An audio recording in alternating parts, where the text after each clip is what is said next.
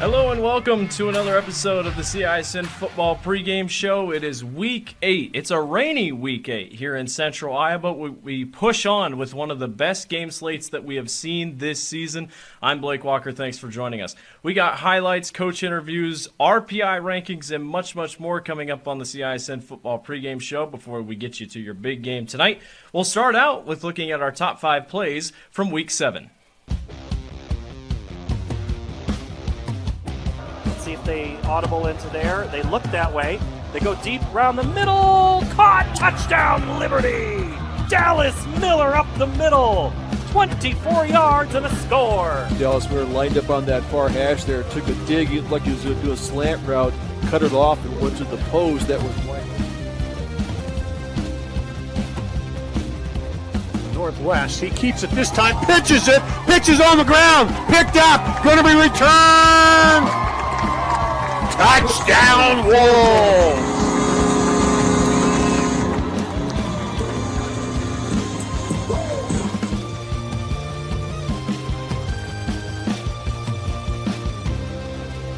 Need a good snap here. Herbert fumbles it just a little bit. It's blocked. Southeast Polk's on top of it. Touchdown, Rams. Carter Pesic got a piece of it and jumps into the end zone. Touchdown, Southeast Polk.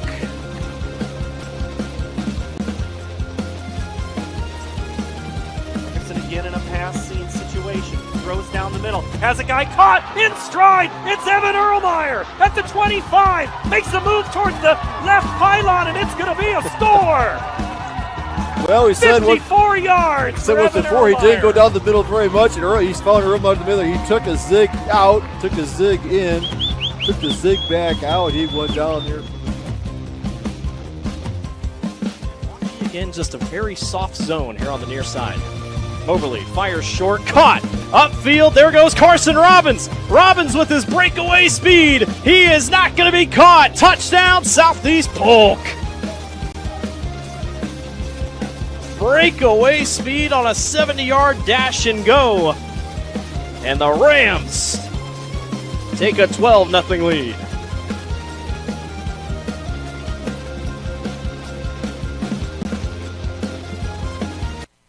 A great week of action was what Week 7 was. We appreciate everyone who tuned into games last week, and that's tuning in this week. Those are some phenomenal top 5 plays. Let's take a look at the RPI that came out Monday, courtesy of the Iowa High School Athletic Association. Top 16 make it. It's pretty straightforward.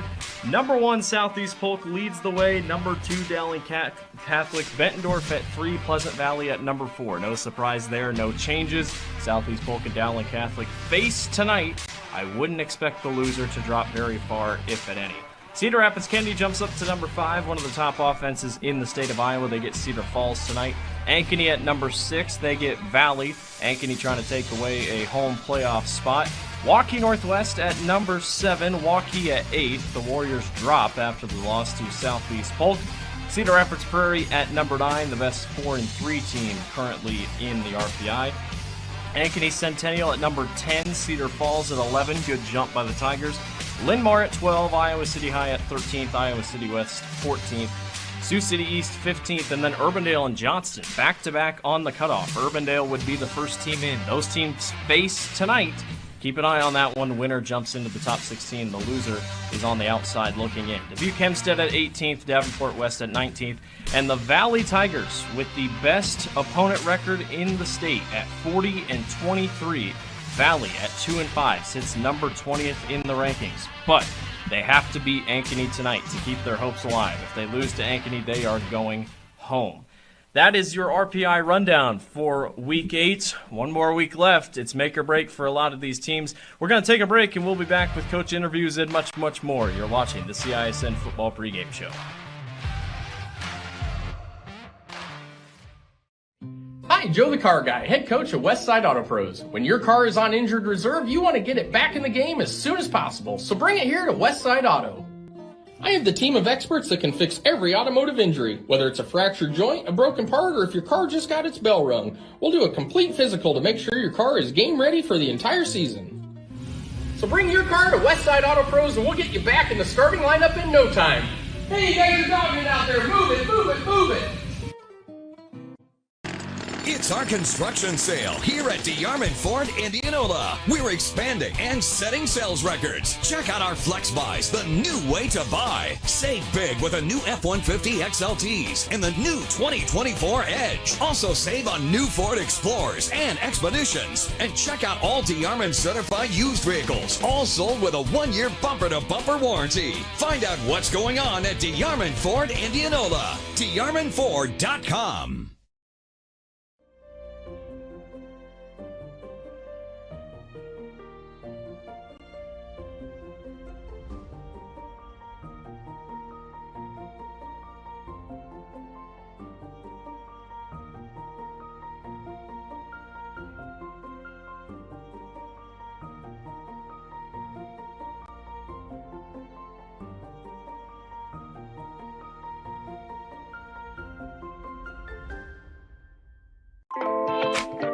Hi, this is Chris from Fireplace Superstore, and if this year is anything like last year, folks are going to be coming in early to get things for their houses.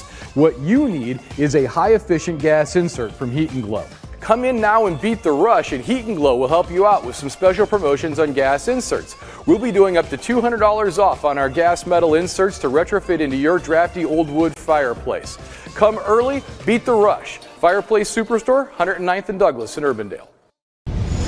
Ever have one of those awkward moments when a business disappointed you? You got ripped off? Didn't get what you expected? The Better Business Bureau can help you avoid these uncomfortable situations. BBB accredited businesses are honest, ethical, and reviewed annually by the BBB. Don't experience another awkward moment with a bad business. Trust the ones that operate with integrity. Look for the BBB seal. It's the sign of a better business. And find a better business anytime at bbb.org.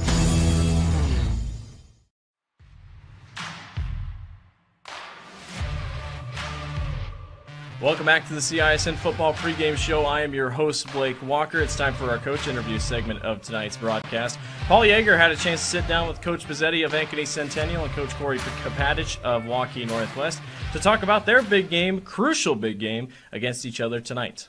Here on the pregame show for CISN, Paul Yeager with Waukee Northwest head coach Corey Kapatich. Coach, tonight, this is going to be emblematic of the entire season when it comes to weather. We've had it all this season. Super hot, then dramatic cold, then some wind, then some rain. How do you focus young men to not worry about the weather and just leave it to the old people? Well, I mean, first of all, yeah, we can't control it anyway. So the weather's going to be the same for us as it is Centennial, so there's really no point to worry about it. And it's a good life skill, right? It's out of your control. What That's can right. you control tonight? What do you want to control the most? Line of scrimmage? Well, yeah, I mean, as far as X's and O's go, yeah, we'd like to control the line of scrimmage. We want to be able to run the football and stop the run. But, the thing we always talk about we can control is things that don't take any talent, and that's just our effort, our toughness, our discipline. And so if we can do those things really well, then we always have a good chance to win any game. At what point did this team develop the tough, the grit, the intangibles that have not necessarily made you relax, but feel like this team can be special? Well, I think it starts in the offseason. I mean, in the weight room, that's where you build a lot of that toughness and that grit. And then, throughout the summer, we put a lot of time in the summer. And then in August, I mean, we really pound our kids pretty hard in the preseason and August practices. And then, I think that's where you build a lot of that toughness for the season. Because once you get into the season, then it's a lot about, it's about preparation and keeping kids healthy. So, I think we've done that. And then just game experience builds a lot of that toughness, being in different scenarios. As you come into year 3 of the program, how has the transition of the weight room, off-season conditioning? I mean, I know it's a lot of the same staff from before, but how has that transition gone in getting these guys ready to withstand a tough 5A schedule? Yeah, I mean, the off-season strength conditioning is critical. I mean, it's really games are won in the off-season. Once you get to Friday night, all the work's done at that point from all the time in the winter, spring, summer strength program to all the practice and preparation. So, Friday night finally put it out on the field. But yeah, I mean, in year 3, we know how important that stuff is. We knew that in year 1. We know it now that if we want to be successful in the season, then we have to have a really good offseason. We want our kids to play multiple sports, and we want them to work really hard in the weight room. What do you like most about in year 3, Sam Johnson? Well, Sam's progressed a lot. I mean, he started a lot of games. First of all, he probably started about 20 high school football games as a sophomore. Played some quarterback and wide receiver.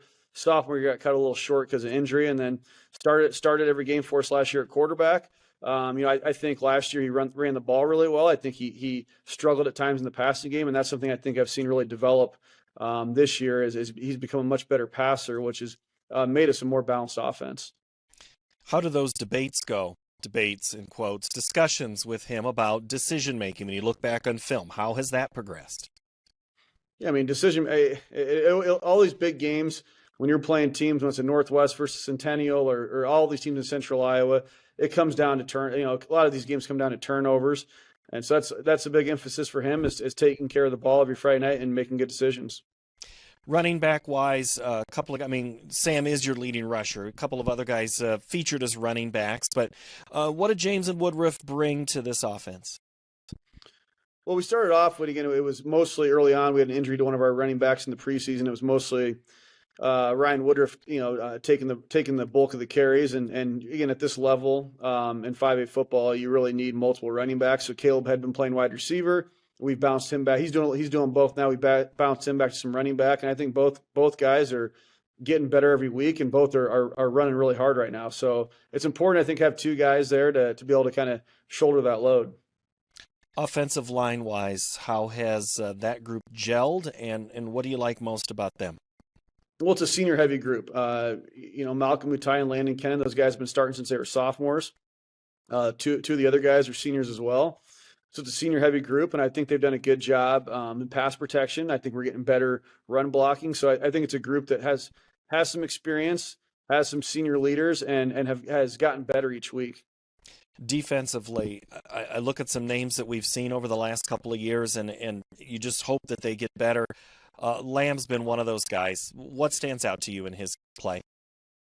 He's a great player. He's tough and he plays hard. I mean, he's someone that plays with great intensity, flies around the field, makes a lot of plays, and again, he's been starting since he's a sophomore. He's been an all-state kid as a sophomore and junior, and so we expect that level of play out of him.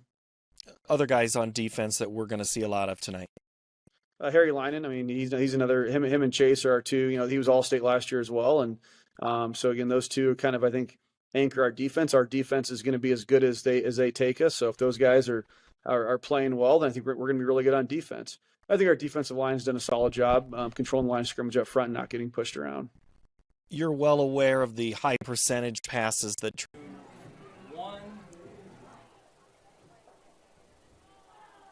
On what is a cool and wet evening, it is fall in the air, and it is definitely top 10 matchup weather as it's the Waukee Northwest Wolves and the Ankeny Centennial Jaguars tonight from Ankeny Stadium in Ankeny, Iowa. Hello, everybody. Paul Yeager alongside Tim Hauber. Austin Oliver will be with us in a little bit.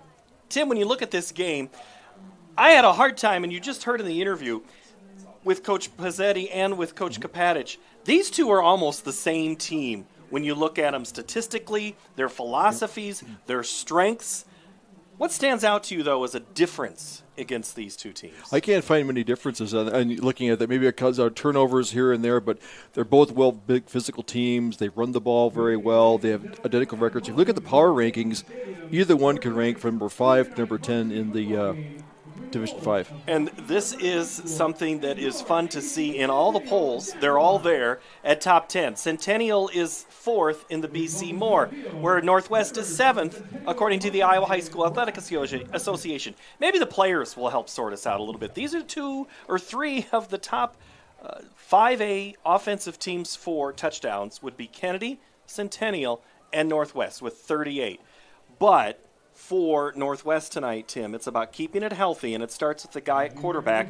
Trenton Smith has been a guy we have talked about all year. How has his game progressed, and what do you see in his game? He's a very good decision maker. He's the senior leader on that offense. All the guys, they follow him really, really well. Bringing that year of experience back in as a senior quarterback does well. He passes very well. He's very accurate in his passing. Runs very little, but when he does, he can sneak out there and get a first down. So don't sleep on him just being a passing quarterback and handing it off. When we talk about mirror images, Sam Johnson for Northwest, similar guy, efficient, but the big difference with him is his legs and how he runs the football. Yeah, he's the team leading rusher. So he's a big physical athlete. He will tuck it and run, so that defense has to watch where he's going to be at which time, how the fakes go. Make sure someone is assigned to him at all times. He doesn't take a big gain. A couple of big defensive players and guys that we have seen before when we've had Northwest at this stadium. The Linen and the Lamb. It's Henry Linen and Chase Lamb. These two guys, incredible defensive players at 2 different positions, but extremely hard on offenses to scheme around. Very athletic out there. They play sideline to sideline. I was looking at their tackles for loss. They both lead the teams in tackles for loss, so they make a lot of plays in the backfield. They like to blitz and get back there and disrupt things, so look for them to try to upset this offense of Centennial. Centennial is coming off of a game last week in which they've had a couple of games where they've had a little better go of things. 2 weeks ago they were here in the game against Dowling, and last week they beat Des Moines Roosevelt. We will talk about the playoff picture with these two teams when we come back here in the pregame show from CISN.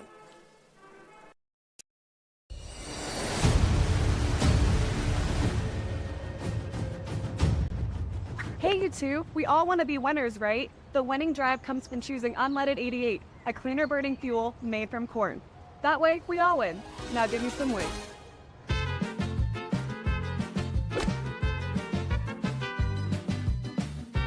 That's the winning drive. Now let's go get some tailgating snacks.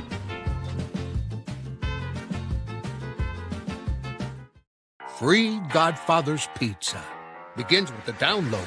Order through my new online ordering app and start earning free pizza and sides. It's easy. Download the Godfather's Pizza online ordering app today. Do it.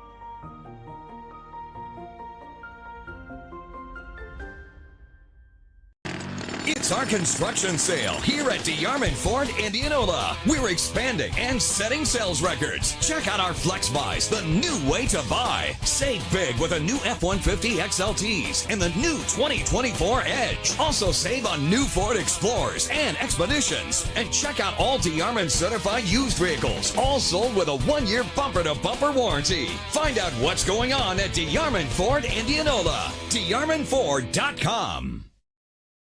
Hi, Joe the Car Guy, head coach of Westside Auto Pros. When your car is on injured reserve, you want to get it back in the game as soon as possible, so bring it here to Westside Auto.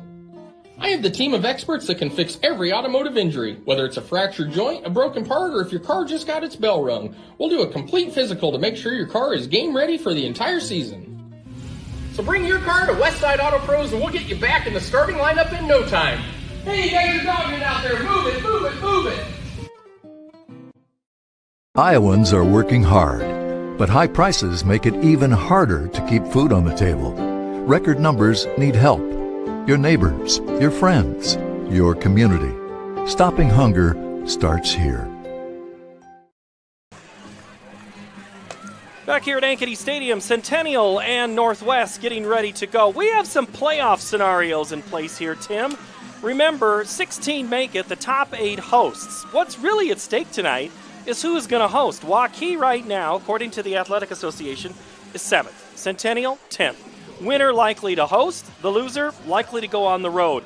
All sorts of scenarios are going to play out tonight. We have 3 great games all on CISN tonight. This is one of them. Centennial and Northwest. That's the game that will kick off in just a few minutes here from Ankeny Stadium. We also have Southeast Polk and Dowling, that game tonight at Pleasant Hill. And then you have the Ankeny Hawks at the Valley Tigers at Valley Stadium. All 3 games tonight. Put us all up, and you can see. Of those 3 games, take out ours, Tim, so really 2. Which one do you like the most? Which one do you want Jeff to update the most? Well, I think the Southeast Polk Dowling is the premier game that, is 1 and 2. I think whoever wins is number 1, whoever loses is number 2. But I think the other one, the Ankeny Valley, is very interesting. Valley is still in the playoff hunt. Ankeny needs to keep winning to maintain a playoff worth to be at home. They're in the playoffs, but where will they be at the end? The other one I'm kind of interested in is Urbandale at Johnston. They're both on the cusp. I think the winner of that game is in. The loser may be out. Couple of news and notes. Des Moines East, Tyrone Tyler announced his resignation was made public late this afternoon. He is out. His team will still compete. They will be at Ottumwa. So that is one piece of news in that Ankeny Valley game. There are reports of some injuries on the Ankeny side. We'll see how that plays out.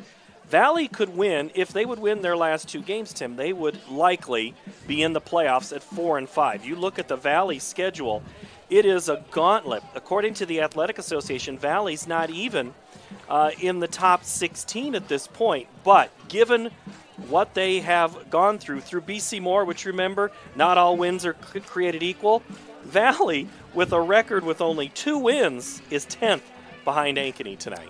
Right, in the RPI they have number 20th, but those 2 wins, they would move up.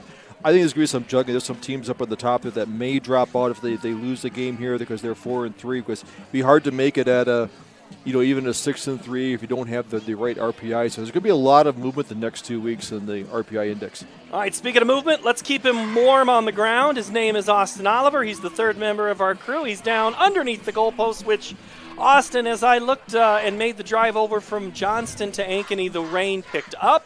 There are some umbrellas out. What are the current conditions where you are at? Well, I think the slight drizzle that we have right now is probably going to be par for the course tonight. Looking over at the flags, they're dead. They are straight down. So, you always look at wet, sloppy field like this. Not going to be any mud with the field turf, but it's going to be one of those levelers of the playing field. Could see some turnovers tonight created by the wet ball.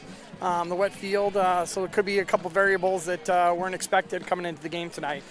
Temperature-wise, it's really nice, though, down here. Not bad. You're on camera right now, Austin. We have a good look at your outfit. Wave at us a little bit right there. You're in all black. I am. But it's slicky on top, and it already looks like it's taken a little bit of water. It is. As I look at the turf, we always have a hard time from our vantage point of the glare. Is the turf feel wet, look wet, is wet? Absolutely wet. So it's just this slight drizzle, just giving it enough. I don't think there's any standing water out here at all, but definitely going to be everybody's going to be wet very quickly on the field. Austin Oliver tonight. We'll hear from him throughout the night. Thank you, sir.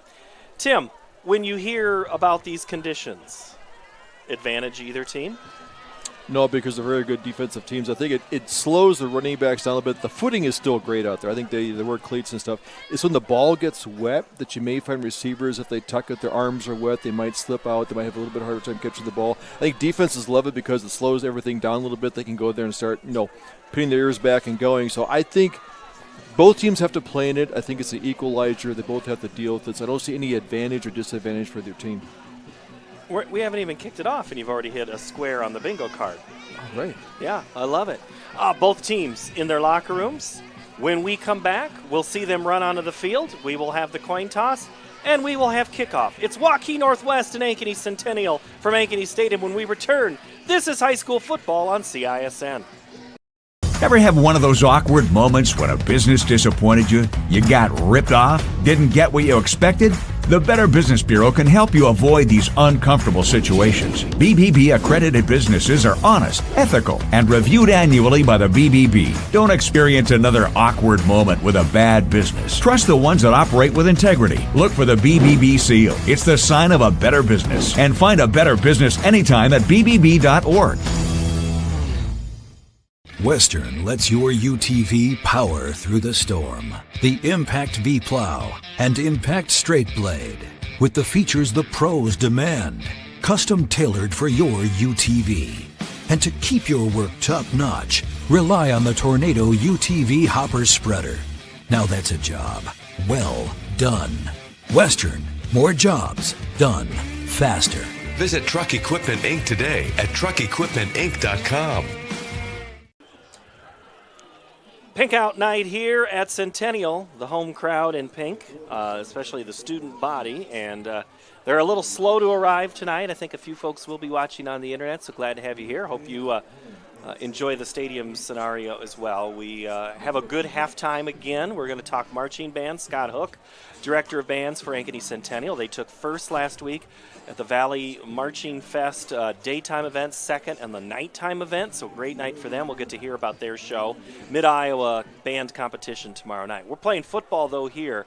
Centennial has started to make their way out of Northview Middle School. The coaches have made their way out of the shed on the northeast side, so they'll be back on the field momentarily.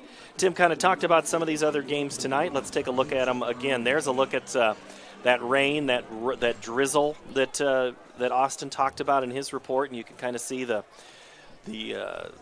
players waiting to cross the street. They'll get a little help, and that will change once the north end zone product is done. Southeast, Sioux City East is at Ames tonight. Linn-Mar at City High.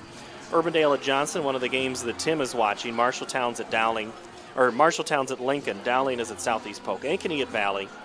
Those last two games you can see on CISN. Dubuque Senior at Wash. Washington will be Ankeny's opponent next week here on CISN. Iowa City West at Pleasant Valley, a game that has ramifications for playoff seedings for sure, especially for West to get in, but PV to host and maybe be a top 4 seed and host 2 playoff games. Bettendorf's at Prairie, Waterloo West at Iowa City Liberty, Des Moines East at Ottumwa, Kennedy at Cedar Falls, the last game, regular high school football game tonight in Cedar Falls at the Unidome. And Davenport West is at Dubuque Hempstead, Davenport North at Muscatine.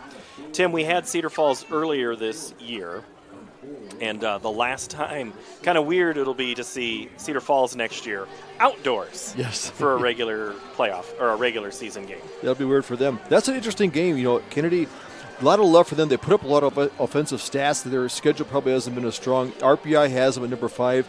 Cedar Falls has crept back into the conversation again, kind of like what Johnson does. They played very well. They are at 11 in the RPI, so that's a big game there. Cedar Falls can hang on and get the upset. They can make some changes in that index. The top of the index is pretty much consistent. Southeast Polk or Dowling. In that game tonight, when one falls out, they're likely the loser goes to what, 3rd? Maybe 4th, at most, maybe? Yeah, at most, yep. Jaguars are making their way. They're being escorted by the drum corps. There you see Northwest in their road white jerseys about to approach from the north. The Jaguars are huddling behind their banner. Northwest is on the field, the Wolves.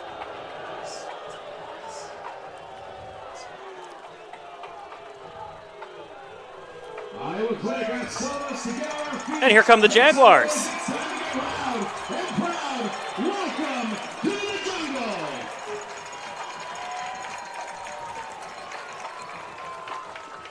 Jaguars opened the season with a double overtime loss against Ankeny. Then they went on a 2-game streak, beating Ames and Cedar Falls, lost to Polk, beat East big, lost to Dowling, and then a big win last week against Des Moines Roosevelt. For Northwest, opened the season with a loss at Johnston. Then they had 2 wins of their own in a row. Waukee and then Roosevelt. They lost to Dowling. They beat Waterloo West, beat Valley, beat Ottumwa. They finished tonight. They finished the season with 2 road games at Centennial and at Ames, where next week Ankeny Centennial will be at Urbandale. So in all reality, Tim, this is a big night, as we've mentioned, for a number of reasons. If you are Centennial, let's start with the home team. What do you see for keys for them tonight? Get that running game established. They use a 2 running back set. Then Trenton Smith being efficient like he has been, hitting his keys in the passing. He does spread the ball around there. I see that in a game like this, short yardage situations, I think Shetty may be the X factor on their offense. for Northwest as we take a look at their captains as they get ready to cross over the field? They like to run the ball. They run the ball and control it. If they can establish that tempo, don't have a long field, if their defense can give them a shorter field, we see them being more efficient offensively, getting the running game going against that Centennial defense. There's a look at your captains. Big 73, we talked about Landon Cannon a little bit. Talked about a lot of him last year. Austin Ort, Sam Johnson, and Hunter Smith. Those are your Northwest captains. And for Centennial tonight, they will send out Nate Christensen, who has battled some injuries this year but is back in the lineup, Connor Welsh, Trenton Smith, as well as Max Snyder. It is senior night. We've had introductions for football, golf, cross country, band, cheerleading, and dance. Did I leave anybody out? I think you had them all. There was quite a line of parents and very proud seniors, very proud parents. I know, speaking as a parent that had kids go through school, and you know this, as having a senior, it goes fast. We'll be doing it next week. So, yeah, it does go fast. And, you know, when I see these people with young children at the stands and you see the 8th graders or the 6th graders and 4th graders and you tell them, you're going to be here before you know it. And it is no joke. The 8th grade seasons concluded this week for both Centennial and Ankeny in a game against each other. Centennial won both of those games against Ankeny. We're going to talk about, as long as I remember, with Scott Hook, something that the band did at the end of the 8th grade game, which I think is pretty cool. We'll talk about that at halftime. So we see Scott trying. Centennial wins the toss and defers, so they will kick off to Northwest. That's how it shapes up. So we will get a chance to see the Northwest offense first. Caleb James, Ryan Woodworth, Sam Johnson, Will Retz, Michael Dunnigan, Maverick Inman, and Elliot Comby will be guys that you will see a lot of. Up front, Malcolm Mutai, Nick Macbeth, Grayson Beatty, and Landon Kennan. For Centennial, their defense, they'll start up front tonight. Zach Howe, Mitchell Greider, Joel Neath, and Isaiah Bassett. You'll see a little bit of Cale Woods in there, and also Max Dickinson. Linebacking core, Jack Cahill, Reed Anderson, and Cole Pieper with a whole lot of Carlos Blount. His playing time has gone up. Drake Dittmer is a guy who has had a lot more playing time as the season has gone on. Chase Kluver, Connor Welsh, and Nate Christensen. We'll set it up here as we get ready to kick it off between Northwest and Ankeny Centennial from Ankeny Stadium tonight here on the north side of town. The mist is falling. It just is heavy, and we'll see how it sticks with us throughout the night as we get ready to tee it up. For Centennial, it'll be Ryan Bendazoo.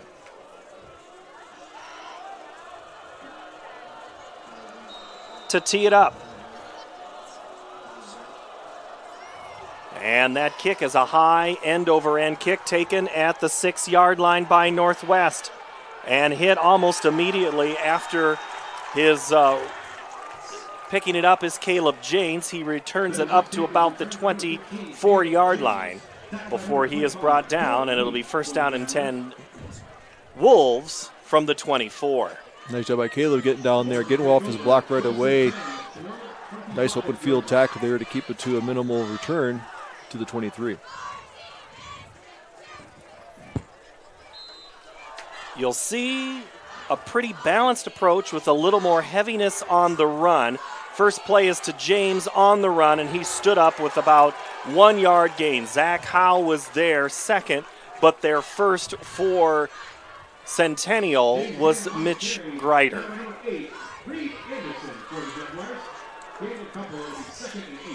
Nice job keeping contained, stringing it out to the sideline. Your sideline becoming your best friend. Another tackler out there on the field. 2nd and 8 from the 26.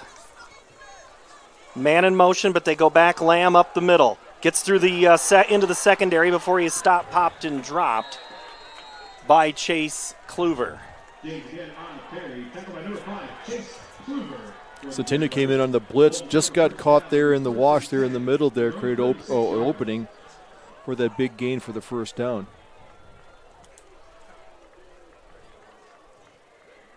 They'll reset the chains at the 36-yard line. Lamb goes in motion. Rolling out, Sam Johnson's first pass of the game is too tall for his intended receiver, Lamb. And the pass goes off his fingertips and out of bounds. There to remind him that he's playing defense. It's Connor Welsh, and you can hear from the far side some of the student body not a fan of that play. They're saying hello, as that usually happens on defense. I know fans don't like it. It happened either both sides. Refs probably told them, like, watch it, keep it early, keep it clean. Once again, player safety is always important for these officials, so they'll keep an eye on that for us. Incomplete, makes it 2nd and 10 from the 36. 11 minutes to play, 1 tick under here in the first quarter. Handoff up the middle. Lamb is back to the line of scrimmage before Cole Pieper. And also Reed Anderson there. Caleb James, who is a guy who they converted from wide receiver to running back. He's been okay as a running back. 55 carries, 280 yards, and 6 touchdowns on the season. He's also caught 8 balls. So when you have a guy like that, I asked Coach Kapadic, just said, how do you get him involved in various aspects of the game? I think we've already seen it here tonight. Yep. 3rd down and 8 for the Wolves. Play action. It's a quarterback draw. Johnson tucks, shuffles, and stood up past the 1st down. It'll be enough for the Wolves to move the chains. Tackle on the play there is Reed Anderson and Kluver. Looks like that was a designated run all the way. He went that drop back, and the ends come up there. They got to split the defense wide open as the linebackers are dropping off in a deeper coverage, and Johnson just picks up the 1st down. 2 receivers to the left and right. They go run pass option far down the sideline, intended, caught. What a play down that far sideline. It's Maverick Inman, the big junior, 165-pound receiver. Big pickup there for the Wolves, catching the Jaguars back on defense, making the tackle, Connor Welsh for Centennial. Yeah, Maverick Inman, you're going to hear his name a lot. He's one of their main targets. 29 catches on the year, 6 touchdown receptions. So now this is in their red zone. He may be a go-to guy in the passing game here in the red zone. Gain of 33 for Northwest. They go back on the run. James gets to the line of scrimmage and not much further. Meets a wall of humanity. Zach Howe, Chase Kluver. No, I'm sorry, that's 9, not 5. So that makes it Mitch Greider from that defensive tackle position. Gain of 3 on the play. No score early on, but Northwest has picked up a couple of 1st downs. I think their offense feeling pretty comfortable tonight in the rain.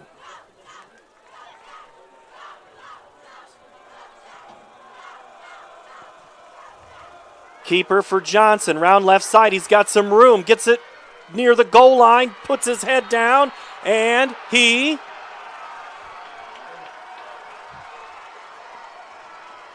You think that he has it. Is he in for the touchdown? Touchdown. I looked for the both officials on the goal line never put their arms up, Tim. Yeah. They came out with a double tight end set there, so the quarterback, that tight end on the far side, pinched down. Good running ability by Sam Johnson. He's a 6'4", 192-pound quarterback, so he gets to the outside quickly. So twice we've seen him run on this drive. They're going to have to contain him, otherwise it could be a longer night.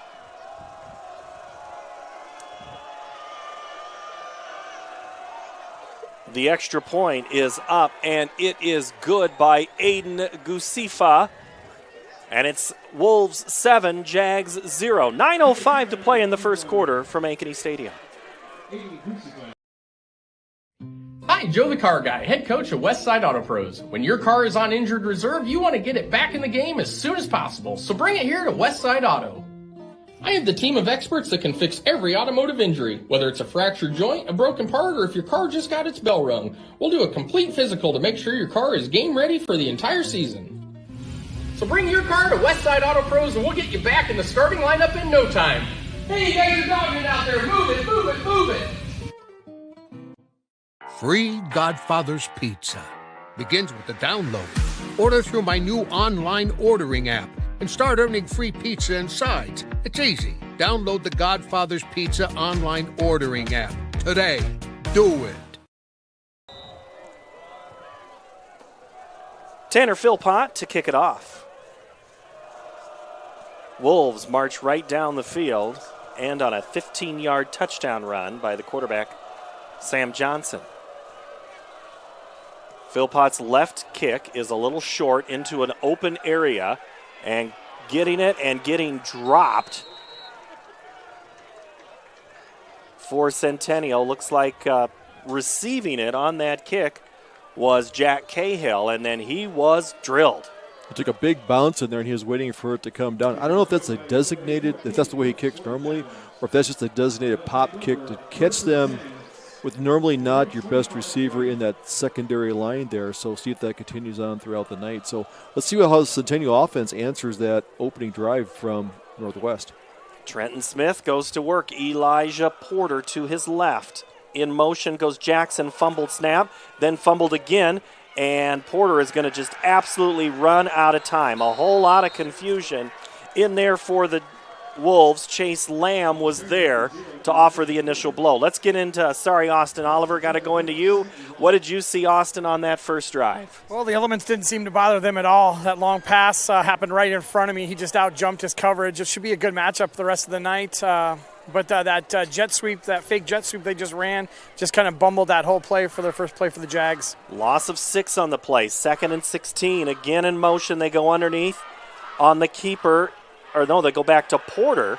Little misdirection style. Great fake there by Braden Jackson. And the fake doesn't get the credit that it should, Tim.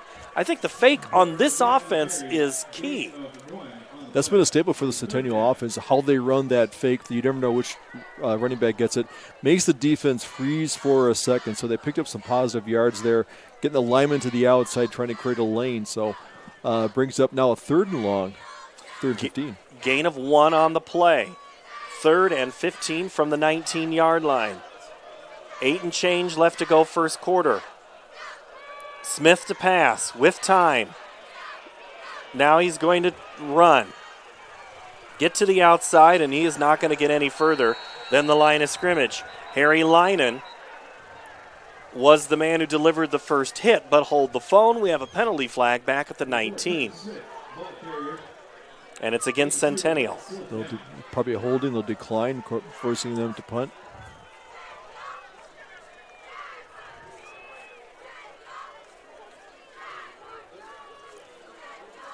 Good secondary coverage by Northwest. Nothing came open. Trenton had a lot of time back there to throw the ball, but couldn't find anybody open. So by the time he took off, the coverage collapsed on him and could only gain a few yards. So need a good punt here to get him out of the hole. Isaiah Bassett back into the punting game. You know, he had kind of been battling an injury and wasn't there to punt for a game, but he's back to work. And he just about ran out of time. Great pressure. Fair catch called for and taken at the 40-yard line by Josiah DeYoung, one of their main returners. And that was Abel Snee, the senior. Just about got in there, got the block there right at the last moment that Isaiah Bassett got it kicked off. So now we're looking at, this is a game of field position. Northwest comes back out, great field position at the 41. So see if they can maintain that pressure on the Centennial defense on a shorter field. 1st and 10 from the 41. 8 minutes to go. They go on the RPO and on the counter handoff. It's going to be taken by Will Koenig. 2-yard loss. Good job by the defense there. Loss of 2 on the play.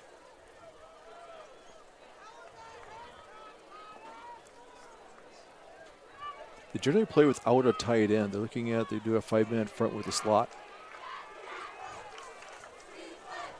RPO again, Johnson to tuck and run and get close to the first down before he's brought down by Connor Welsh. Reed Anderson was in the neighborhood.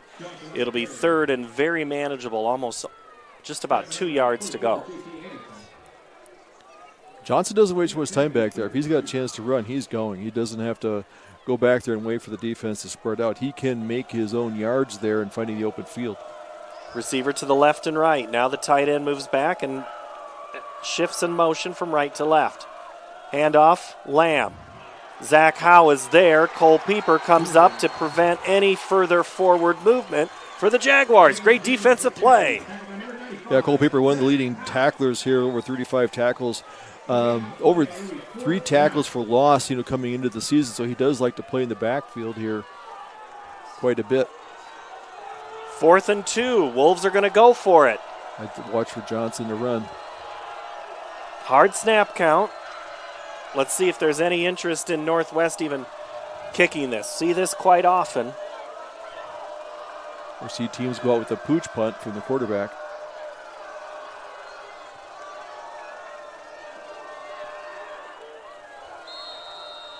Coach Kapatic says we're going to take a timeout, and so will we. 6:05 to go first quarter. Northwest 7, Centennial 0.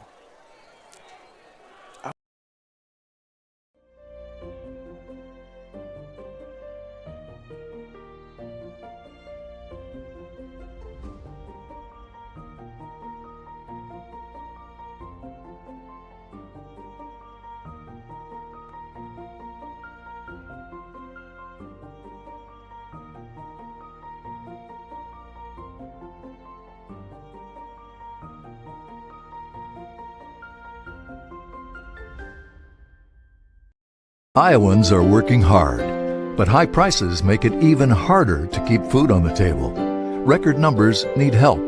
Your neighbors, your friends, your community. Stopping hunger starts here. Northwest comes out to punt.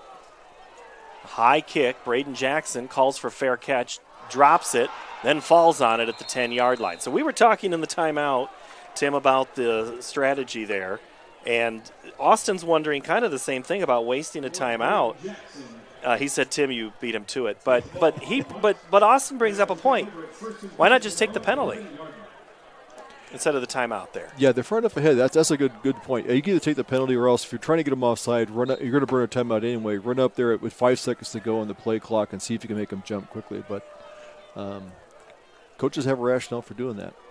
Centennial goes to work from their own 11. 5:59 to play, first quarter. Jaguars an uneventful first drive, a little better already as they go Braden Jackson, and he gets positive yards, which is something that was hard to come by in the first drive. Lamb, the tackle, line in there as well. Those big linebackers, Matt Lindholm, Chase Lamb, Harry lining up in the middle. Jack Vineyard, Austin Stansberry, Henry Kennedy, and Hunter Smith up front for the Wolves. Back deep, Nathan Stout, Andrew Eastman, Austin Ort, and Carter Blakely.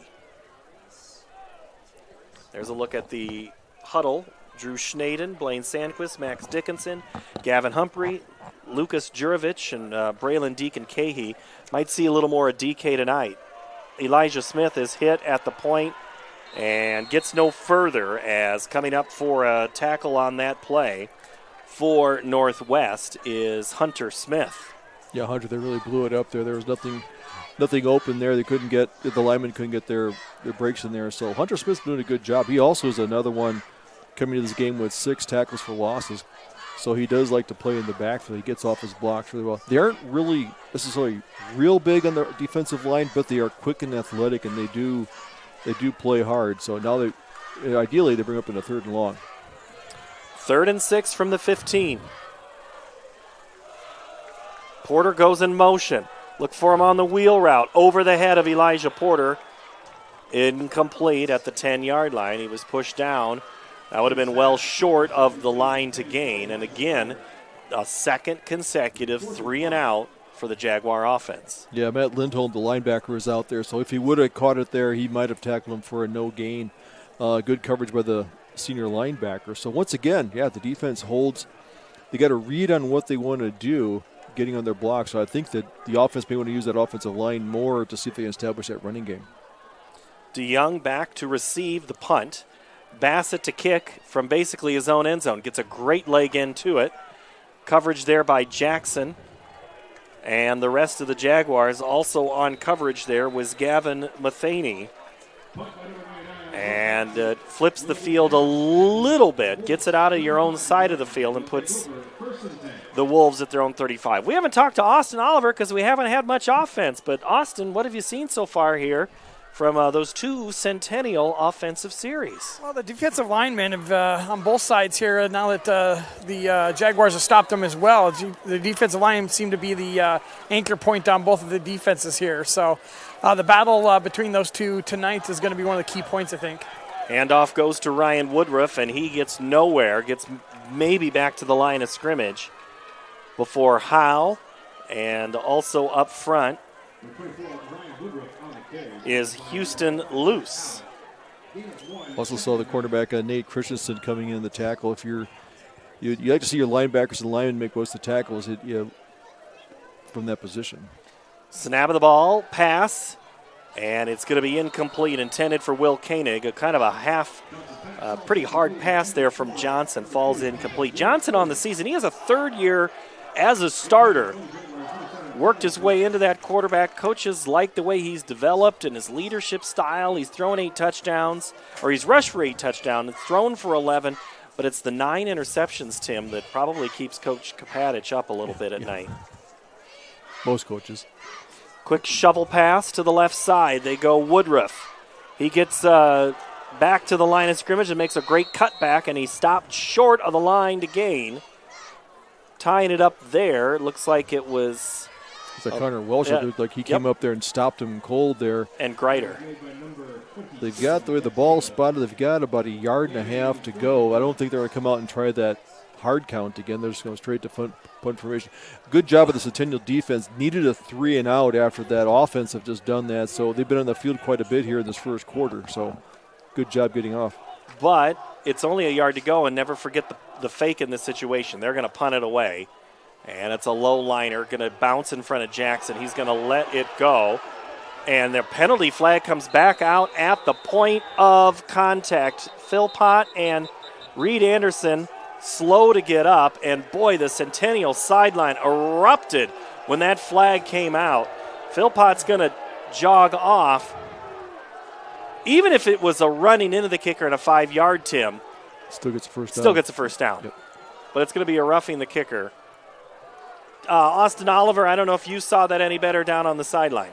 To me, it looked like he got blocked right into the kicker. So he did come hard on there, but hit somebody and bounced off and then hit the punter. So, I mean, it's a judgment call for the referee back there, and he went with the roughing the kicker call. Hit him hard, though.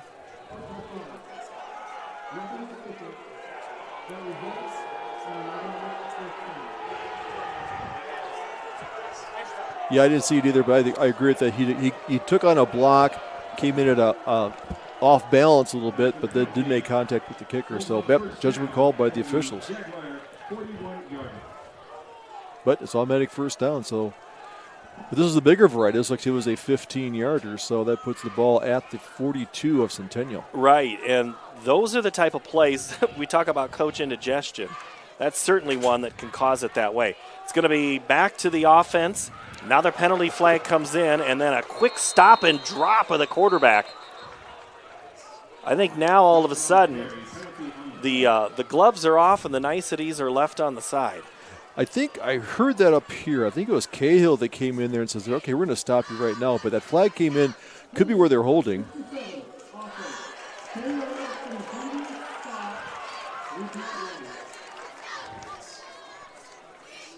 Holding on Macbeth. No, I could. No, I know. I have many. Yes. But I won't, and it's not like he hadn't heard those before. So it's now 1st and 20 all the way back to the 49-yard line. So this is the part of both teams having to sort through their emotions and kind of set them to the side and just play football. Anderson's going to keep it. Go on to the left side. Pieper gets him enough out of bounds before Connor Welsh has to help out. Still a gain of, we'll call it 4. Yeah, those 8 carries by James and Woodruff has been enough to freeze the linebackers where they're going to let Johnson has a chance to get to the outside, so they may want to start keying on them. Sometimes you bring up a secondary person. It could be another safety to key on the quarterback to eliminate that running game. Gain of 6 actually on the play. 2nd and 14. Johnson just an absolute run to the wide side. Couple of white shirts helping him out. Get a couple of blocks. Pieper shoves him out of bounds. Good shoulder right there.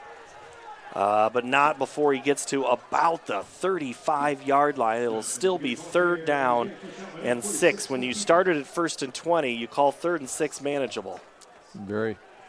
Dipper did a nice job on the outside playing from his corner position. He pressed it, took on the blocker, causing Johnson to take a cut up and run into the rest of the defense. So that's how you contain the quarterback. Make him make a decision to run back into your defensive pursuit. So, but this is, yeah, you're right. 3rd and 6 is manageable for this Northwest offense. And actually, the board says 3rd and 5, so it's even better scenario there. Johnson going to keep it. Dart out left and then nowhere else. Mitchell, Greider, Cole Pieper, and also helping out Jack Cahill of his friends. It'll be 4th and 5, and the fans make noise because they feel they should have been off the field a long time ago. And they'll exit now. Punt coming.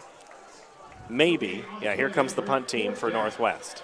Mitchell Greider will be calling his name quite a bit tonight. The 6-foot, 230-pound junior has really been getting off his block, making an impact there in the middle. When those two middle tackles start making an impact, then the game is a good defensive effort. Snap is direct to Leinen. Around the left side, he's got the first down. It's going to be extremely close. Right foot, Jack left foot, Cahill right foot. makes the stop. I think it actually might be short. I think he's short by a foot. He's put his left foot down, the far side receiver, but they're going to have to pull the chains out. But the way he came off the sideline looked like he was about a half a yard short, though they may measure it. You just got done saying we're going to say by Jack Cahill was going to be the big guy. He sniffed out that fake. Good dude. Let's see if there's a turning point for the offense here. But looking at Northwest, they're willing to pull out the stops here to get a win tonight. So we've seen some interesting plays by their offense. Jaguars, best field position they've had all night from their own 32-yard line. Smith to pass down the right sidelines. Got a man stride for stride, but just a little bit overthrown, intended for Max Snyder. Incomplete. On coverage for Northwest was Nathan Stout. So the offensive coordinator is thinking, okay, we tried to pass play. We got single coverage going deep. So something to remember later on is that when we want to go the deep route, we're not going to be throwing into double coverage because they're respecting the run game. So even if we're in a play that's not successful, later on it's going to enter your mind and your play calling later on that might be open.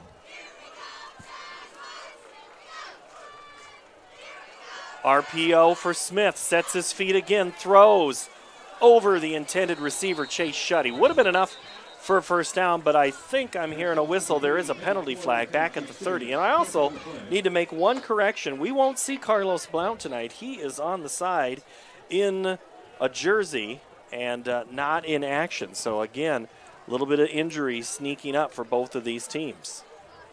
Yeah, Coach talked about the injury. You try to keep them. Another hold.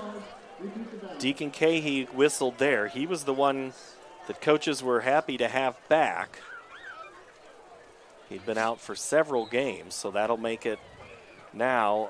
They'll redo second down and make it 2nd and 20 from the 22. Jaguars going backwards. Smith to throw. Goes to the screen to Porter. Shakes the first guy. Gets up to the 25, 27-yard line before he is tackled there by the safety, Andrew Eastman, for his 28th and a half tackle on the season. Yeah, Lindholm had the angle on there, had the tackle, but I think he's finding out just how physical and how strong Eli Porter is in the running game. You know, he runs track there going to UNI, so I think we're seeing that he just got good balance there, and he picked up quite a few yards even after the initial hit. And I write Eli on my spotting board, but it's Elijah that he likes to have the full names to use. So we'll get him in there. Clock moving towards the 1 minute mark in the first quarter. Lawson Langford in motion before the snap. Timeout on the field. 7-0 Northwest from Ankeny Stadium.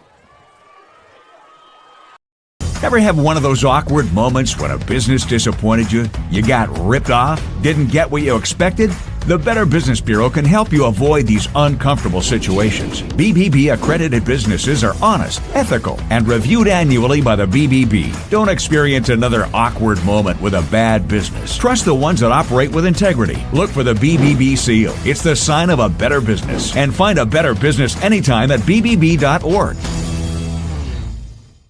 Western lets your UTV power through the storm. The Impact V Plow and Impact Straight Blade, with the features the pros demand, custom tailored for your UTV. And to keep your work top notch, rely on the Tornado UTV Hopper Spreader. Now that's a job well done. Western, more jobs done faster. Visit Truck Equipment Inc. today at truckequipmentinc.com. Smith goes back to pass, and he is going to be sacked back at the 25-yard line. For Northwest, it was Henry Kennedy was there. Also, I want to say Jack Vineyard was in the neighborhood. Looks like Hunter Smith was in there as well. So he had time to throw, but he stepped up in the pocket, and they collapsed on him quickly, couldn't get the ball off. So instead of throwing it for a possible pick, better to take the sack. 27 seconds left to go here. First quarter. Bassett, his third punt of the night already. Bassett, his kick is taken as a fair catch at the 40-yard line by Northwest's Josiah DeYoung. And Austin Oliver, I missed your last report about the running into the kicker, and then I saw some emotion. I saw Reed Anderson getting talked to by his father. They had a good smile at least. How are the emotions down there right now? Well, I haven't seen too much jawing back and forth between the teams. Not much going on with that so far, but I know that both these teams really want this game, and it's going to get more emotional as the game goes on for sure. Sam Johnson, the quarterback keeper up the middle. Reed Anderson there for the tackle. Also in there was Annenson. That ends our first quarter. Northwest scored on their opening possession and it holds 7-0. Back in a moment. Trucks are arriving daily during Schottenkirk Chevy's Truckload Kickoff event. Over 1,200 vehicles. WaukeeChevy.com. Inventory changes hourly. Don't see exactly what you want? Build, price, and order direct from the factory. To better serve you, we've doubled the size of our service department. We need more team members. Go to WaukeeChevy.com to see our job openings. The Truckload Kickoff event. Find new roads to Schottenkirk Waukee Chevy. WaukeeChevy.com.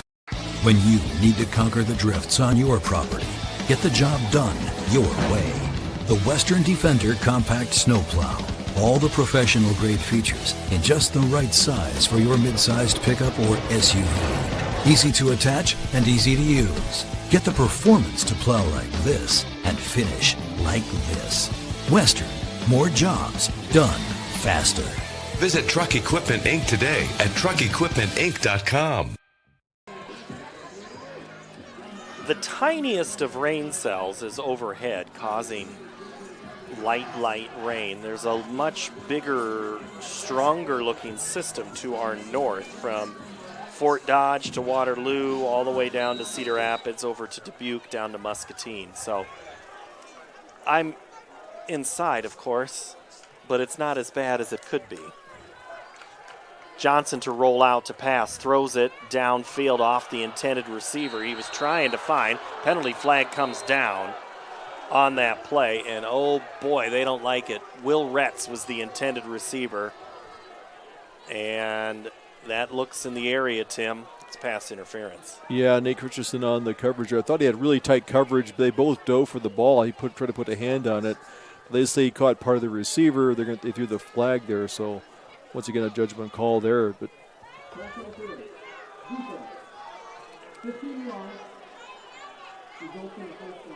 it's a big 15-yard gain there.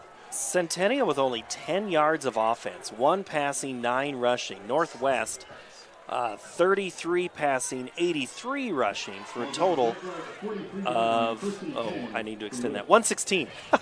I'm like 11, not even my math. 53 rushing by Johnson alone. So that quarterback running, I can see why he's the leading rusher there, because the defense wants to respect the running back, Caleb James, in the backfield, but frees up a running lane for him. He gets to the outside. He's a very decisive runner. Johnson, RPO, goes with Lamb up the middle. Lamb is stood up by Reed Anderson and then finished off there by Chase Kluver. And Kluver stuck a shoulder in there to stop his forward progress, but still 8 yards on that. Their first gain, they need to be successful. They're getting well ahead of the chains here, so it opens up the playbook quite a bit here, and you're getting into that zone where you can pass to the end zone. Pickup of 8, 2nd and 2 from the 36-yard line for the Wolves. Johnson surveys, looks left, right, calls for it, gets it. Pulls it back out with time. Now he's flushed. Here comes some pressure. and it's incomplete. On coverage right there, big 77 for Centennial. And I think that's Max Dickinson, and he really altered the plan on that play. Yeah, he got away from a potential holding play there to put pressure on there. I think that Johnson had to get rid of it quicker than he wanted to. I know he had single coverage down below here with Inman.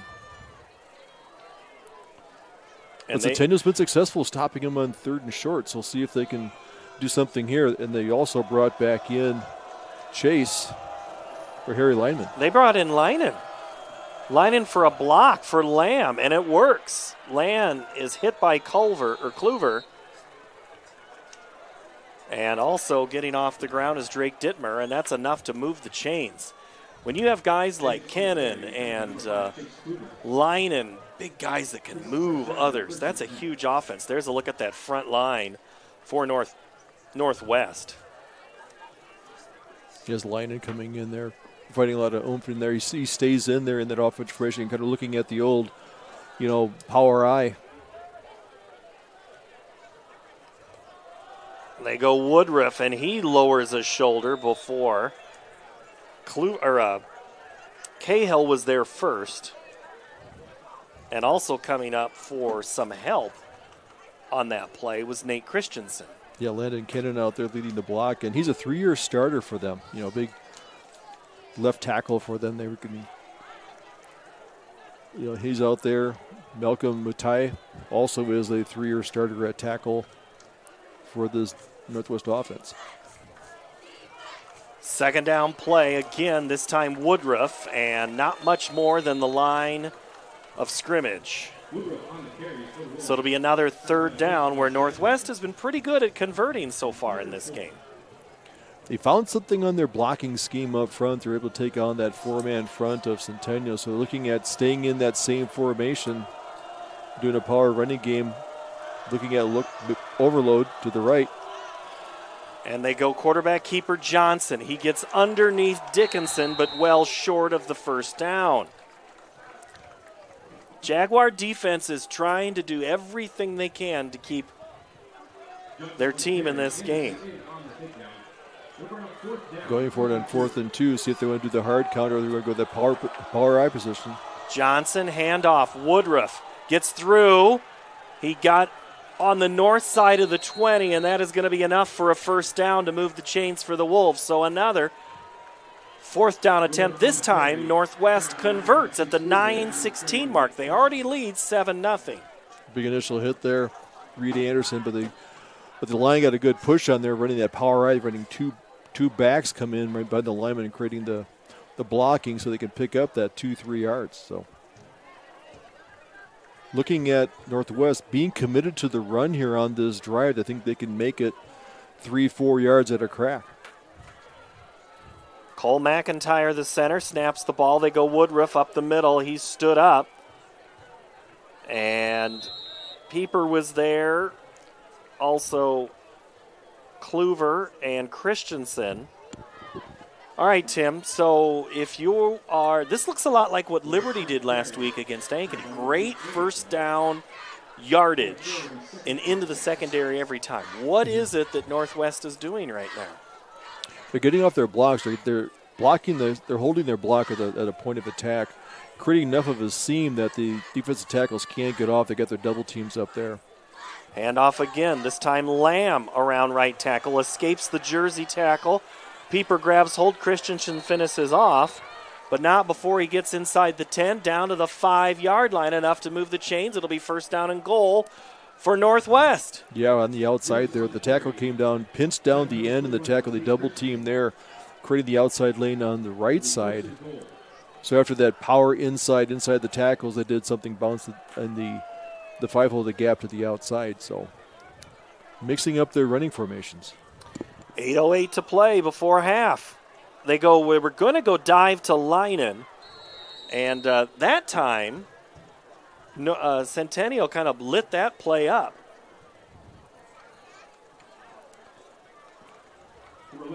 So are they going to stun a little different?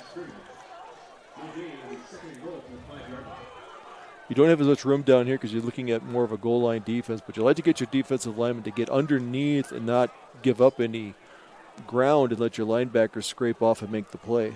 I see Chase Shuddy is back out there on the defensive end positions. At times they've been having him play there this year.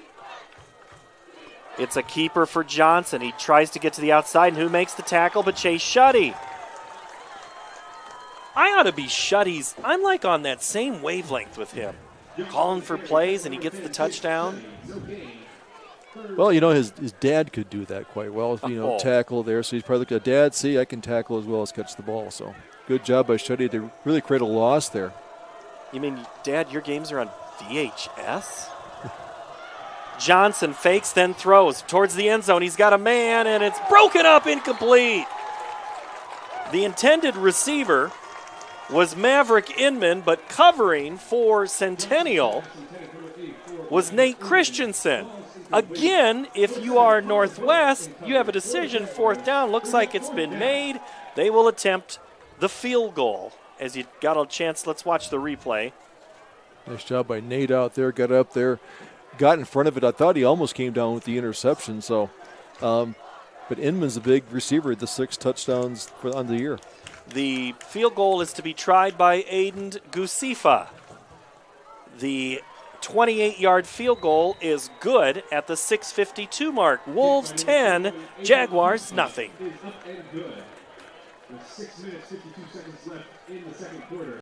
Trucks are arriving daily during Schottenkirk Chevy's Truckload Kickoff event. Over 1,200 vehicles. WaukeeChevy.com. Inventory changes hourly. Don't see exactly what you want? Build, price, and order direct from the factory. To better serve you, we've doubled the size of our service department. We need more team members. Go to WaukeeChevy.com to see our job openings. The Truckload Kickoff event. Find new roads to Schottenkirk Waukee Chevy. WaukeeChevy.com.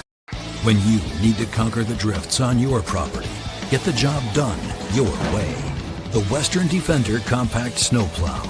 All the professional grade features in just the right size for your mid-sized pickup or SUV. Easy to attach and easy to use. Get the performance to plow like this and finish like this.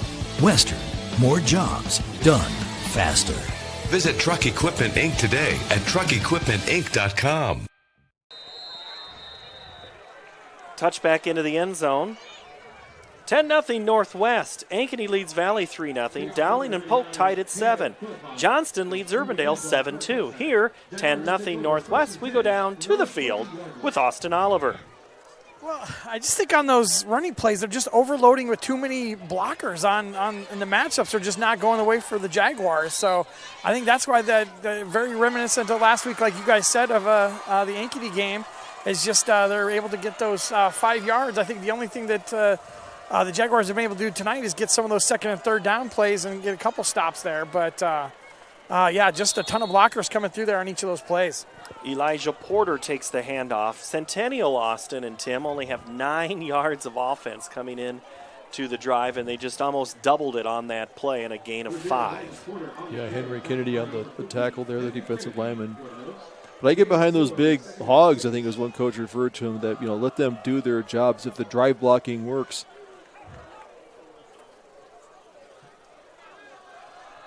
And I meant 50% of their offense. Sorry, they go Braden Jackson. He bounces off, puts the hand down, and doesn't get any further than the 25-yard line. Falling on top for the tackle is Andrew Eastman. Braden Jackson on the carry. Number 16. The play before that, they came out with 4 linemen, really looked like a 4 linebacker set. So they got 8 guys up in the box trying to stop the run. So they came back this last play with a 4-3 defense. So see what they do on a 3rd and long. If they stay in a shell, they have a 2 safeties back. So look at they're playing quarters, but see if they're going to blitz any linebackers there. So they come up with a linebacker pressing on the outside. So they got a 5-man front. 3rd and 4 for the Jaguars. Smith to throw, and it's nearly picked off, intended for Max Snyder. On coverage to knock it away was Carter Blakely. Wouldn't say he picked that off, but he certainly made sure Snyder was not going to get that anywhere close to 2 hands. Yeah, he jumped the route there. They read that well. They did a quick little out there, a little late there on the timing to get the ball out to receiver, so Blakely made a good play on the ball, getting him out. So getting him out here on a 3-and-out. They've been trying different stunts to get a punt block, so Jeez, high snap. Bassett's able to get it back, put a high kick in, but a little shorter than he likes. And it does take a huge Centennial roll. That thing bounced at about the 47, and it'll be downed at the 33-yard line by Zachariah Howe. The Eagle Scout picks up the badge for special teams. Northwest will come back out with their offense. Tim, it has been a hard go for stopping Northwest on first down. We've kind of talked about it a number of times, but 3 and out for Centennial. They've had no more than 4 3 and outs to start the game. Handoff to Lamb. Pieper and Howe, but not before Lamb gets 4 yards up to the 38. We'll see if Coach Taylor Anderson is coming up with a defensive scheme to combat that offensive blocking there, because they run 5 linemen and a running back. If the tight end, there's no tight end out there right now, but 35's out there, so he also has a blocking back. So really you're bringing 7 blockers up against that into the box, trying to figure out how they're going to run. And they're keeping their lane so they don't want Johnson to take off running. So see if they're going to do some different stunts up there to counter this rushing attack. 4:40 to play in the first half. Northwest with the ball, the RPO. It's the option for Johnson to run. He's chased to the boundary. Howe pushes him out right at the sticks. I think he went out of bounds right at the... No, he's short. He is short by about 2 yards, 1.5 yards maybe. He got to the outside. There's a good angle there by Anderson, but showing the speed that Johnson has, running it to the outside, picking up quite a few yards to make this a 3rd and short. 4:31 to play. Johnson, a couple of receivers to his left. He's got a friend in Lamb right up the middle, and Lamb just takes his Jaguar with him across the line to gain before the tackle is made by Centennial's Houston Luce. Again, though, Tim, another first down for Northwest running the football. Yeah, I mentioned Landon Kennan up there blocking quite well. Some of the other linemen in there. Dick Macbeth, the junior, also doing a good job. So they're getting off the ball well, and they're pinching down on the ends, and they can't quite get the linebackers in there quick enough to fill the gaps to meet them in the hole. Handoff Lamb. He gets a couple of yards before he's brought down on a play by Mitch Greider. Yeah, Greider did a good job getting off his block right away and scraping down the line, catching the running back in the backfield. So he's shooting the gap, getting in the backfield, able to get there. So those are the few times we've seen a 2nd and long here. So big series here. Can they keep them from gaining 6 yards, making a 3rd and short, of getting a first down? All right, at what point, say you stop Northwest here 3rd and 8, are you, Centennial, taking a timeout with 3.5 to play? We'll see. Lamb gets to the line, keeps his feet moving. It's going to be well short of the first down. I think you wait to see what they do here on 3rd down. If you stop them here, I think you might take a timeout to give your offense a chance. But they're on the other side of the 50, so they may. You've seen Northwest come up there with plays on 4th down, so they may want to try to keep the ball moving because they've been stopping the Centennial offense all night. Luce and Cahill were in there. Anderson, Pieper. It's been a lot of group effort, group projects tonight. And now Northwest clearly aware of what's going on here as they will burn their own timeout, let it burn down to the 2:38 mark. Northwest will step away. We will keep it here because I want to talk about some of these other games, Tim, as we look at Ankeny and Valley 3-0 still. Polk and Dowling tied at 7. Johnston leads Urbandale 7-2. And Eastern Iowa, there's a very good possibility they're not playing those games right now because of lightning. So it's going to be a late night. At least it's not week 9 where you're talking about the playoff situations and figuring out your opponent. We got to move a day ahead or something like that. Yeah, none of these scores, I think they're really close. They're really tight here in the second quarter. No surprise there because these teams are playing for a lot. They're well aware of it. They're opening up wide open. So no, good games all across the board.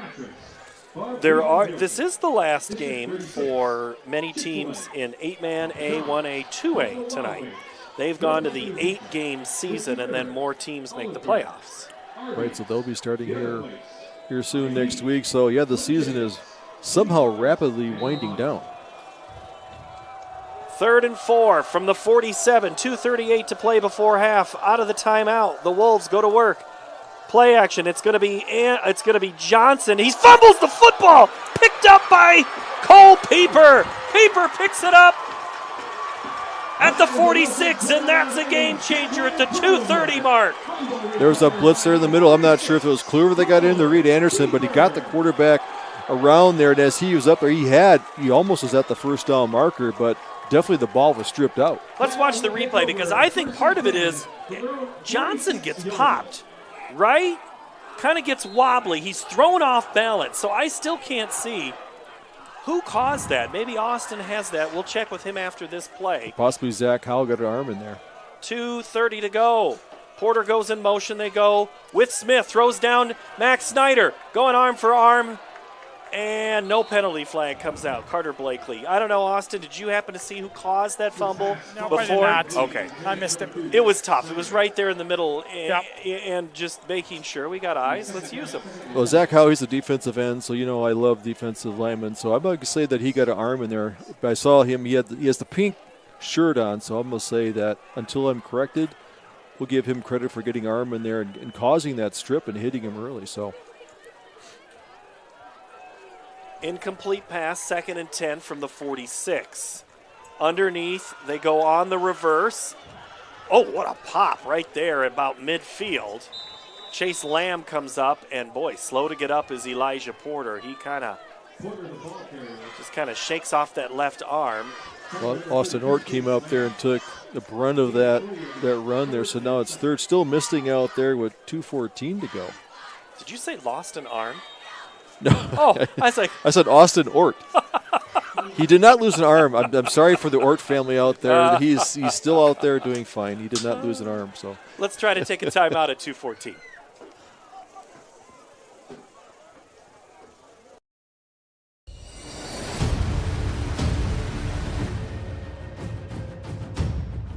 Hey, you two. We all want to be winners, right? The winning drive comes from choosing unleaded 88, a cleaner burning fuel made from corn. That way, we all win. Now give me some wings.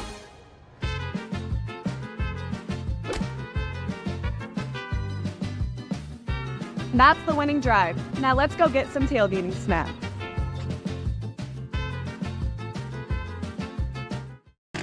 It's our construction sale here at DeArmond Ford Indianola. We're expanding and setting sales records. Check out our Flex Buys, the new way to buy. Save big with a new F-150 XLTs and the new 2024 Edge.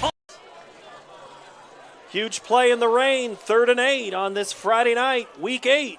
Smith looks, lots of time, throws, intended for Lawson Langford, would have been very, very close to the first down, but I think the primary receiver, Snyder or Shuddy, were both well covered downfield, so that 3rd and 8 turns into 4th and 8, and a punt coming for Centennial. When you have 8 yards to go, you want the receivers to get deeper routes. He had plenty of time to throw, but not much there to, instead of throwing it in double coverage. So once again, they have these punt games have been, it was a high snap last time. They put a rush on there to block a punt. So see if they dial something up here.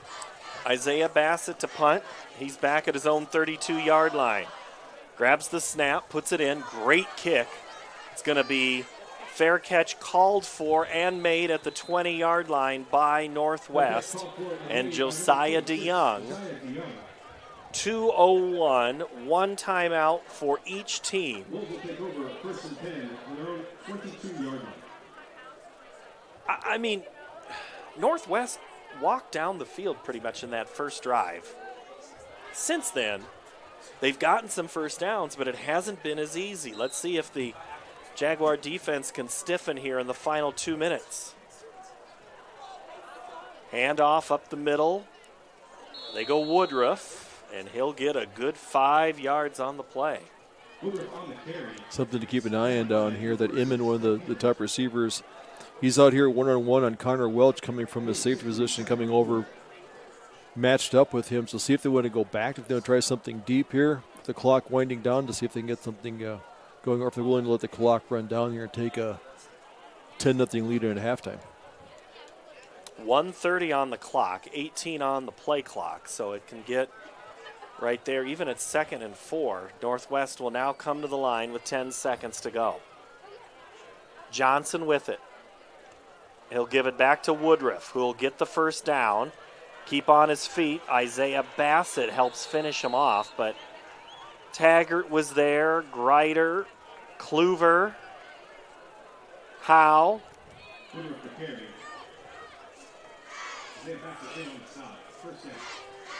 And now Northwest realizing an opportunity maybe. Johnson throws near sideline, has a man going up for it, and incomplete was Maverick Inman.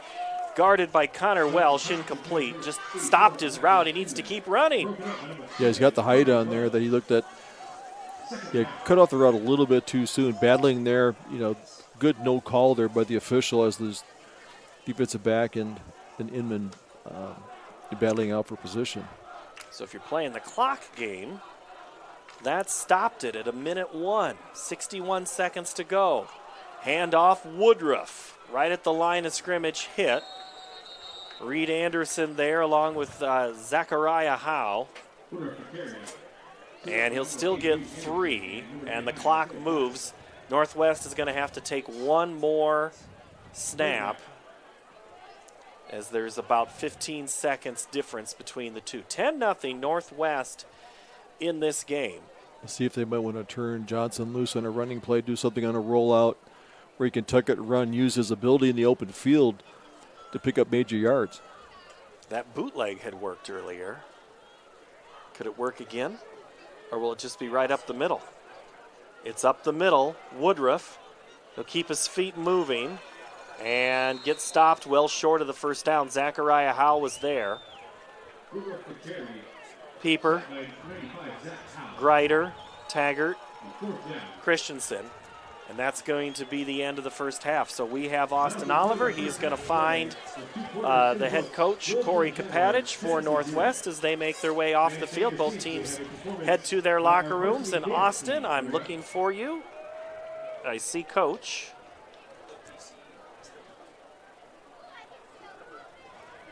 As the rain starts to fall a little bit heavier, that's going to alter our halftime. We'll tell you about that in a moment, but Austin Oliver is finding Corey Kapatich. His Wolves are up 10-0. As we get ready to go, let's go down to the sideline with Austin Oliver. Coach, heavily in your favor yardage-wise, 10-0 score. You got to be feeling pretty good about it at halftime coming in this game. Yeah, I mean, we're in a good spot right now, but, this whole second half to play, and they're really good. And every time we played in the past, it's always been a four-quarter game, so it's going to be a tough second half. All right, thanks, Coach. Thank you. Corey Kapatich, head coach of the Northwest Wolves. That is halftime. When we come back, we are going to talk about the band. It's going to be just a little bit different than what we had planned. We'll bring the full show to you in just a moment. Halftime, Northwest 10, Centennial nothing. You're watching high school football. This is the Central Iowa Sports Network.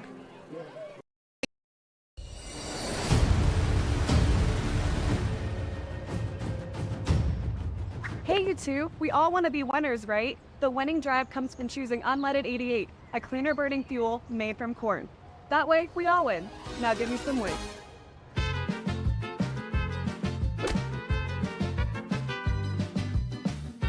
That's the winning drive. Now let's go get some tailgating snacks.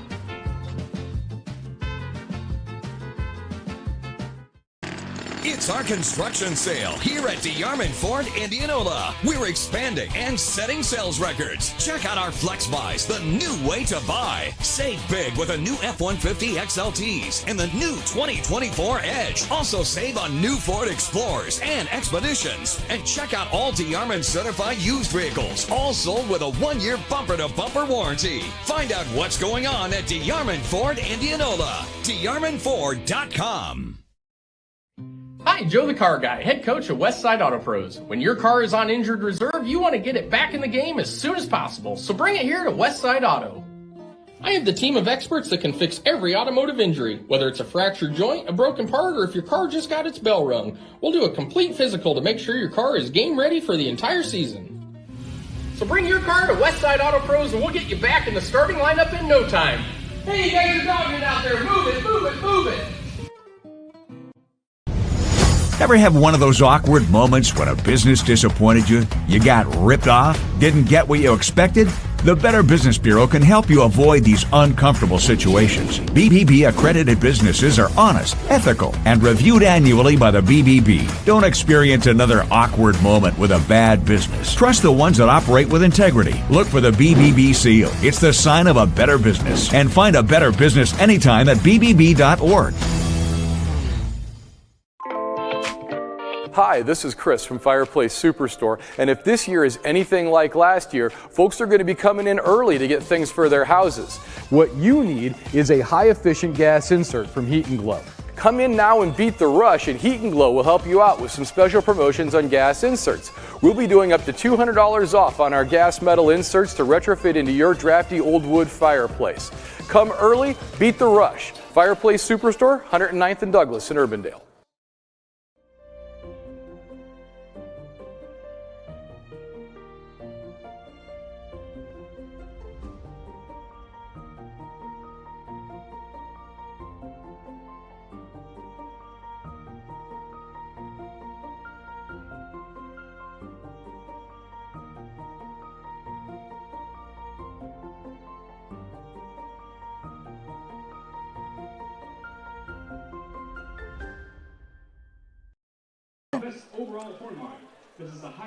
Back at halftime, and you can see by that video the long face as the rain makes its way down, down, down. And here's the thing about rain. It might be okay for football and John Facenda to talk about the frozen turf and the wet turf, but it's really hard on a marching band. And we have Scott Hook here, Director of Bands from Centennial, and we had great plans, Scott, to do what we've done for a couple of years, talk about the show as it's in motion. You were able to at least get some of the kids out tonight for the anthem. Was that the seniors? That was our brass That was and your brass. percussion. Yep. Okay, Yep. But you did have senior night tonight. Yes, we did. So how many did they come across? We have, I think it's like 48 seniors this year. And it is just amazing. Yeah.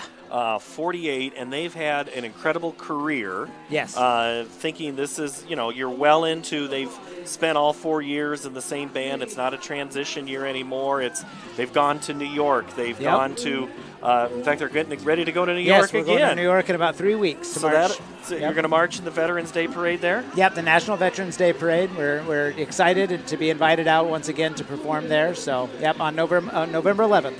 So they'll get to keep practicing their marching a little bit, but a different style. Yeah. Parade is different than the field. Yeah. What's the theme of the show this year? The theme for the show this year is Red Riding Hood. We called it Red, and we tell the story of Little Red Riding Hood as we introduce her, and then we meet the wolf. Our soloist for Red is Corinna Cox, and she plays Little Red Riding Hood, and our entire color guard is dressed up as Little Red Riding Hood, but she does a lot of dance solos. And then we introduce the Big Bad Wolf, and that is performed by Kyrie Call. And then they meet, and we do a little tango, actually. So the thing about a marching band show, kind of like what we talked about with Jennifer Williams last week, it takes a great deal of coordination. Yes. But the storytelling side of marching band, I'm guessing, has changed in your career. Oh, yes. When I started, it was pick 3 or 4 songs that kind of went together and just throw them out on the field and see what happens. And now it's much more like a Broadway production. So. Or maybe even a show choir, borderline, because there's themes of a show. Yep. It's very similar to show choir. And also, similarities is the dance breaks. I call them dance breaks, but I know that it's motion and movement. Yes. We have the entire band does choreography, not just the color guard. In fact, so we have a tango section where Little Red and the Wolf meet. They tango. We also, the drum line tangos with the other color guard members. So that was an interesting sell to our drum line. They're going to learn how to tango, but luckily we've got our color guard instructor, Janelle Hook, who is just a creative genius. Got them all learned how to do it, taught them everything, and it's a really fun part of our show. I could make a whole lot of comments when you said creative genius about Janelle, but she's more than that to you. But she's helped.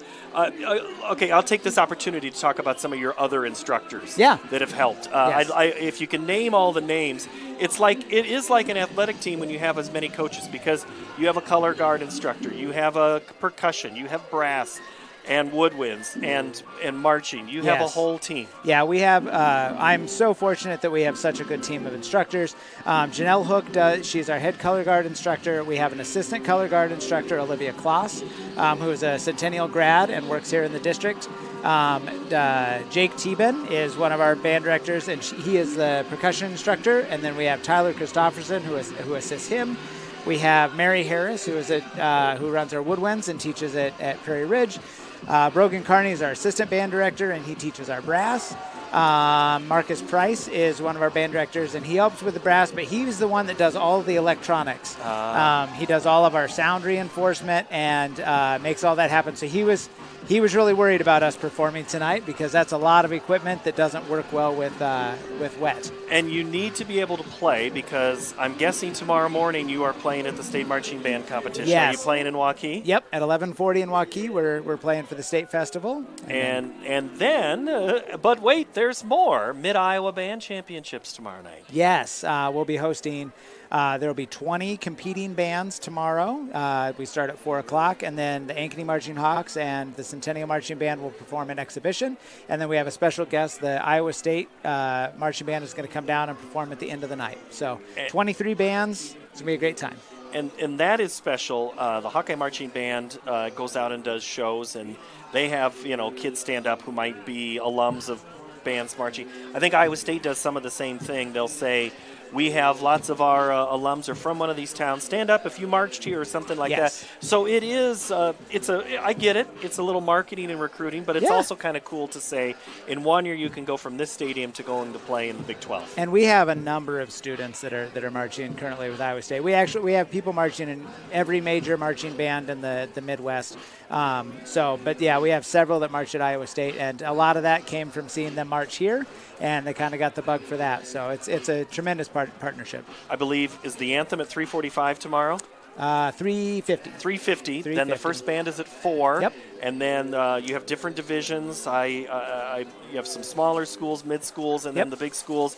And Ankeny Band, I think, is at 7:25. Centennial Band is about 10. 10:10. Yep. So it gets a little bit late, but it is still a pretty good fun event to do. It's fantastic. It's a great night of music. You'll get to see over 2,600 students perform tomorrow night, and they're the best kids in the whole world. So I heard you say that the other night at the volunteer meeting. Yes. It takes a lot of volunteers to make this work as well. Yes, we have a tremendous system of parents that help us. We couldn't do what we do without them. Between our school and Ankeny, we have hundreds of volunteers tomorrow to make it all happen. So. And you also need volunteers that help you move back your show back and forth. I talked to one of your volunteers on the way in tonight. We were both looking at the rain going, hopefully you can play. I think I did cut you off when we were still talking about the show. If the show would still be playing out, did we have much more of the show and soloists that you wanted to feature before our time runs out? Yeah, a little bit. So they meet, they tango, and then suddenly the wolf shows their true colors, and we play Billie Eilish's Bad Guy, and that's a percussion feature. It's great. Oh, it's awesome. It's our drum line, they have black hoodies. They flip that up, and they come out, and it's a nice little dance break and a way to feature them. And then we go into a classical piece by Shostakovich, which is the battle between Red and the wolf. And in our telling of the story, Red doesn't wait for a woodsman. She takes care of business. So we take out the wolf, and then we finish with Destiny's Child Survivor to kind of wrap up the show. And it's pretty triumphant. It's been a fantastic season. And it's been well received by the judges. Yes, this has been... this has been our most successful competitive season. This last weekend, we won first place in class with best color guard and best horn line, and then overall grand champions and best color guard and drum line in the day show, and second place, top finishing for a Iowa band, both were our highest performances we've ever, highest placements we've had. And you, I think, went to Omaha at one point this year. Yep, we started in Omaha. And where else did you go? We started in Omaha, where we got second in prelims and third in finals, and then we went to the Urbandale Marching Invitational, where we were overall grand champions and best color guard and best percussion. if you ever see the marching band go down the road, this is how you know on a Saturday the marching band is in action. You see 9 school buses heading down the road. It is an army. Oh, it's quite a way. I tell people, and I'm from a very small town, that we move more people than some of the towns in Iowa down the road just to do a show. So it's pretty amazing. The last thing, Scott, and this is that I don't think you know that I know. Tuesday night, there was an 8th grade football game here. You are also getting ready to do your Tuesday night rehearsal on the field. You had a parent and family and friends night. Yep. We're coming back. You honored your seniors, things like that. The 8th grade game ended, and the band played the school song. I, as a parent, just thought that was to the moon, pretty cool. How'd that come about? So 2 weeks ago, we were waiting, same type of situation before our rehearsal, and the C team was playing, and it was a Hail Mary pass out of nowhere, and a kid caught it and probably caught their first touchdown ever, and we were waiting, and as a lifelong C team football member, we had to throw it out for our own. So we played the fight song there. It was awesome. The kids loved it. Our kids loved doing it. And so then this last week when we had the opportunity to do it again, we thought, you know what, let's show some school spirit and show the 8th graders what this is all about. So and they'll hopefully get to hear it soon. Yes. And that's part of that. Yes. You know, the shirts say, you know, we were talking to some of the band parents as we were leaving the football game, and I said, yeah, that football team's still on the band field. We share. You do have to coordinate, and that's just part of the way it is. So it's fantastic. So again, Mid-Iowa tomorrow. If you want to come see great marching bands, you just have to come back to the stadium. It might get a little crowded, but it's, you know, we're going to stay precipitation free, hopefully. Being a little chillier, bring a blanket. Yes. Scott Hook, good to see you. Thank you very much. Thank you so much. As always, I appreciate it. If you want to go, is there a way you can watch your show for anybody in the public that wants to see it that was streamed anywhere? Unfortunately, we don't have a stream tomorrow night. So if you're friends with somebody that is in the band, they do have access for friends and family to send a link, but we can't post it on social media due to copyright. But find a friend and band. Which means you have to come tomorrow night to see it. Yes. All right. We're going to take a break. Halftime. 10-0 Northwest. We're back in a moment here from Ankeny Stadium. New trucks are arriving daily during Schottenkirk Chevy's Truckload Kickoff event. Over 1,200 vehicles. WaukeeChevy.com. Inventory changes hourly. Don't see exactly what you want? Build, price, and order direct from the factory. To better serve you, we've doubled the size of our service department. We need more team members. Go to WaukeeChevy.com to see our job openings. The Truckload Kickoff event. Find new roads to Schottenkirk Waukee Chevy. WaukeeChevy.com. Hi, this is Chris from Fireplace Superstore, and if this year is anything like last year, folks are going to be coming in early to get things for their houses. What you need is a high-efficient gas insert from Heat and Glow. Come in now and beat the rush, and Heat and Glow will help you out with some special promotions on gas inserts. We'll be doing up to $200 off on our gas metal inserts to retrofit into your drafty old wood fireplace. Come early, beat the rush. Fireplace Superstore, 109th and Douglas in Urbandale. Free Godfather's Pizza begins with the download. Order through my new online ordering app and start earning free pizza and sides. It's easy. Download the Godfather's Pizza online ordering app today. Do it. Western lets your UTV power through the storm. The Impact V Plow and Impact Straight Blade, with the features the pros demand. Custom tailored for your UTV. And to keep your work top-notch, rely on the Tornado UTV Hopper Spreader. Now that's a job well done. Western, more jobs done faster. Visit Truck Equipment Inc. today at truckequipmentinc.com. Iowans are working hard, but high prices make it even harder to keep food on the table. Record numbers need help.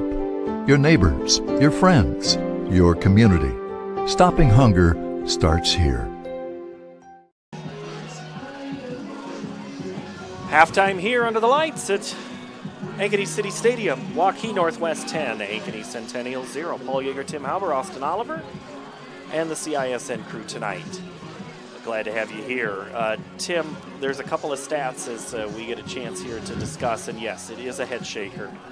And let's just start. Waukee Northwest, 200 yards of offense, 33 passing, 167 rushing. Centennial, 1 yard passing, rushing 17 yards for a total of 18. That's a tough total.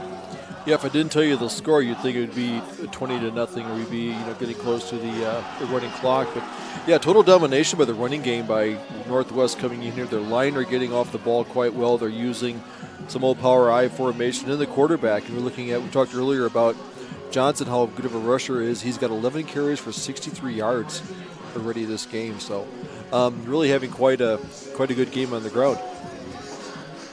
Austin Oliver will be with us in just a moment as Northwest is getting ready to send. They have some of their skill players out. And you talk about 10-0 and only on all those yards. There's a lot of hard-hitting defense. Both coaches talked about staying healthy. Hard to stay healthy in a game like this with so much contact. You could think that way coming into the game. I think once you kick off, you get into game mode, you just start playing like you normally play. I think we're seeing some guys rotating in and out. As the defense, we'll see what adjustment they make at halftime with the Centennial defense. I think they're more of a read-react defense, but as they're doing that, they're coming off the ball and they're pushing it back about a yard to see if they want to be more attacking there. What's surprising is probably the Centennial offensive line not getting traction and really creating more of that running game. They got away from it a little bit. So see if they make some adjustments there to get some tempo going. They're really one score here, and it's a one-score game. Right. So they aren't out of it by any means. No, not at all. And that's, I'm sure, one of the messages that Coach Pizzetti had. Both Ryan and Jerry both speak at the halftime, and the Jaguars are starting to make their way back out onto the field right now, and we're waiting on the coaching staff. And I see Drew Schnaden is not in Jersey, and neither is couple of other players, but Schnaden hasn't been here tonight anyway. They've had to work around him. So again, different offensive linemen, when they're not able to play, that's just one of those complicated things as you try to make adjustments and try to work through it. But as the Jaguars come back out onto the field here, they go to work down 10-0. And it has just been one of those years, and Ryan Pizzetti is making his way to Austin Oliver right now. Austin? Coach Pizzetti, heavily skewed stat-wise to the Wolves, but 10-0, your team's right in there. What'd you tell the troops at halftime? We're still in it. And you know what? We've had some catastrophic mistakes first half. You can't do that against a good team like this. They're taking advantage of it. We got to reload and come out second half and start over. All right. Thank you, sir. That is co-head coach Ryan Pizzetti with our Austin Oliver. Thank you very much. We have a quick little warm-up time, and we'll check those scores, and there's some good ones in those other games going on. We'll take a look at them when we return. Waukee Northwest 10, Centennial nothing. This is high school football from CISM.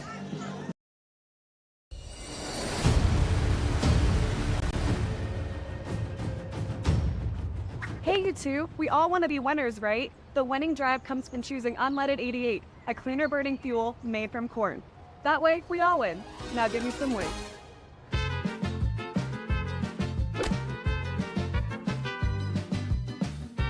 That's the winning drive. Now let's go get some tailgating snacks.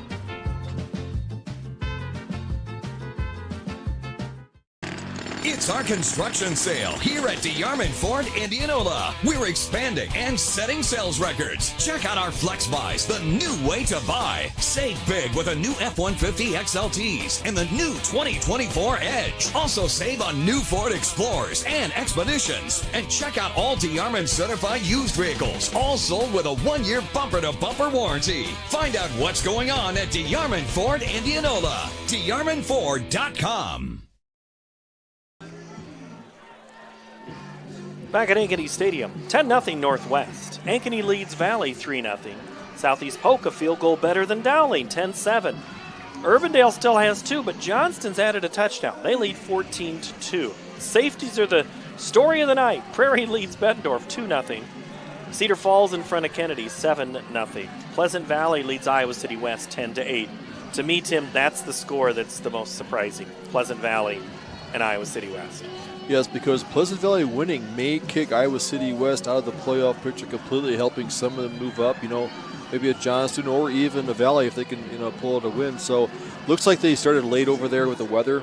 They're only in the second quarter over there, so they may have wetter fields over there. So safeties galore.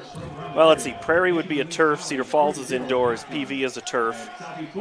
So those are just all those things. But it's, as Austin mentioned in the pregame, about just, it's wet. So if you are Centennial, you've heard the coaches speak. Catastrophic mistakes. You can't really go back and change that, but can you change the mindset? They go back to what they do well. I think they've got their heads on.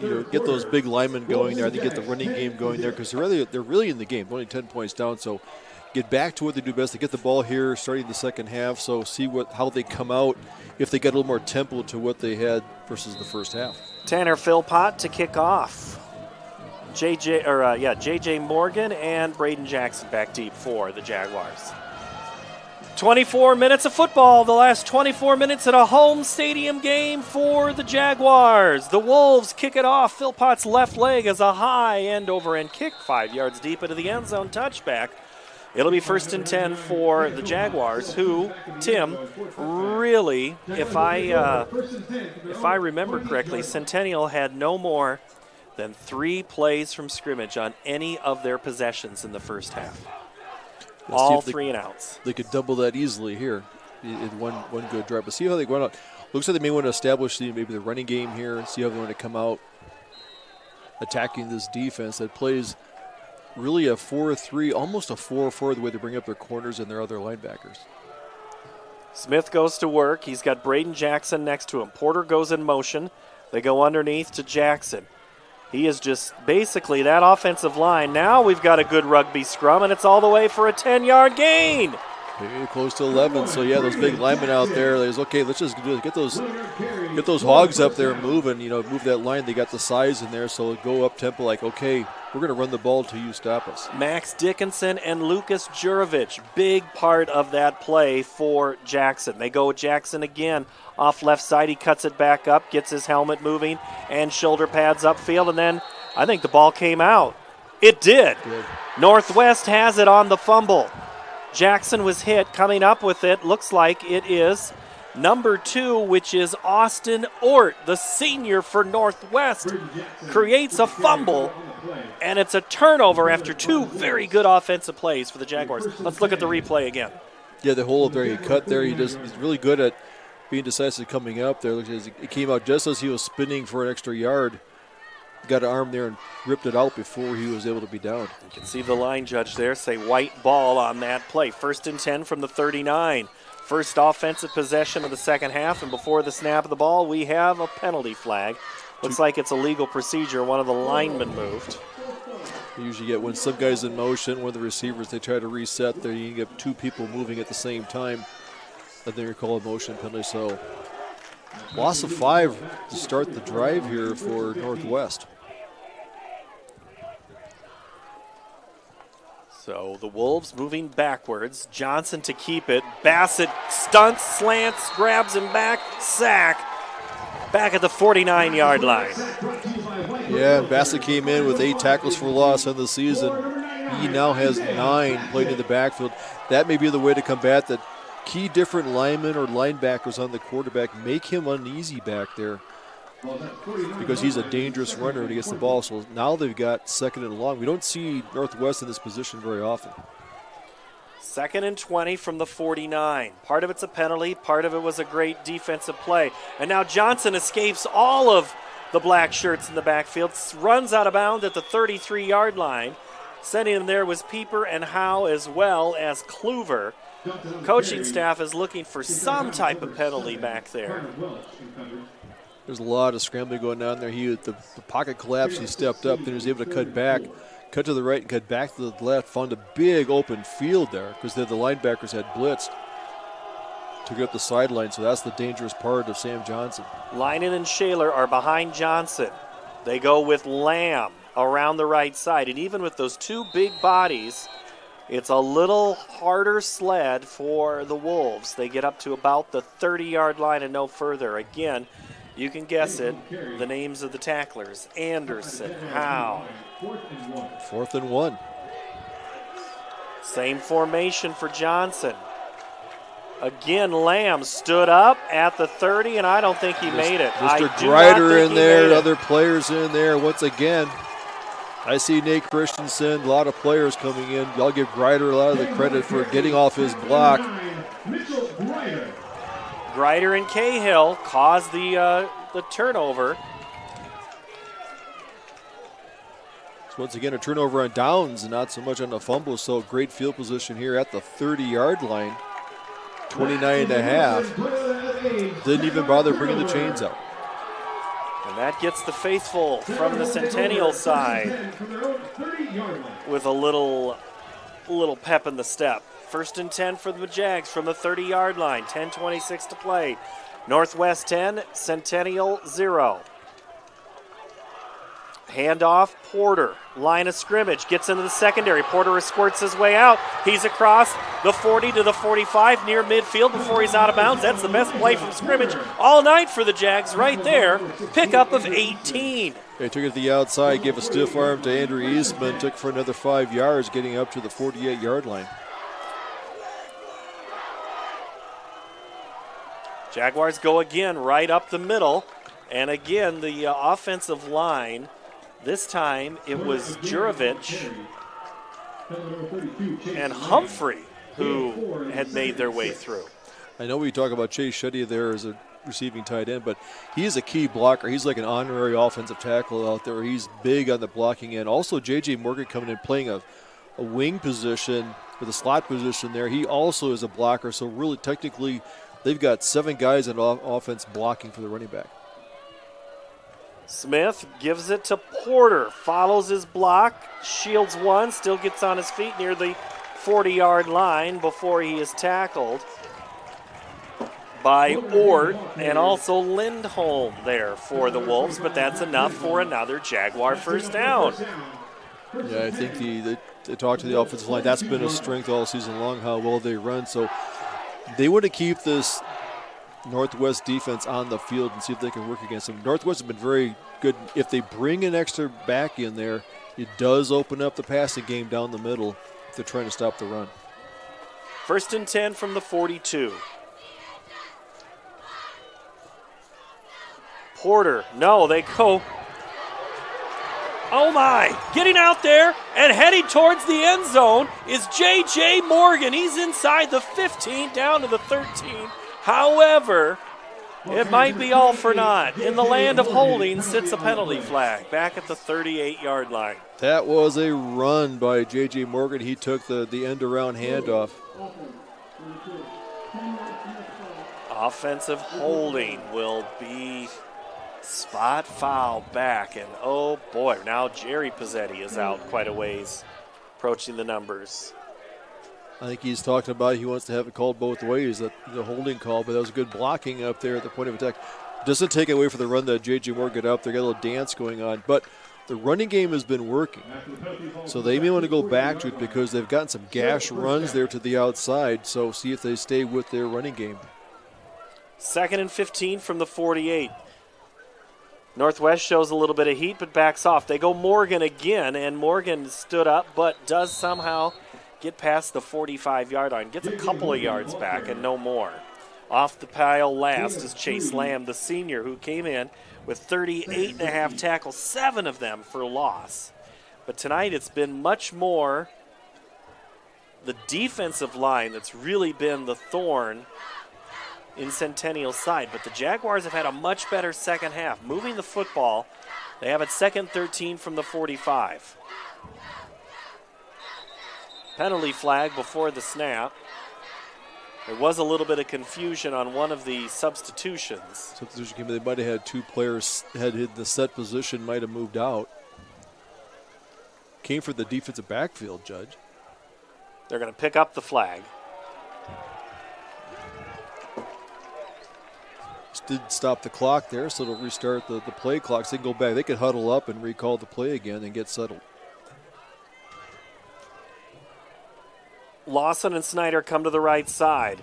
It's going to be a pass. Porter throws down. He's got Braden Jackson caught at the 10, down to the 5-yard line. How's that for trickery? Elijah Porter, quarterback, left-handed out there, threw it downfield.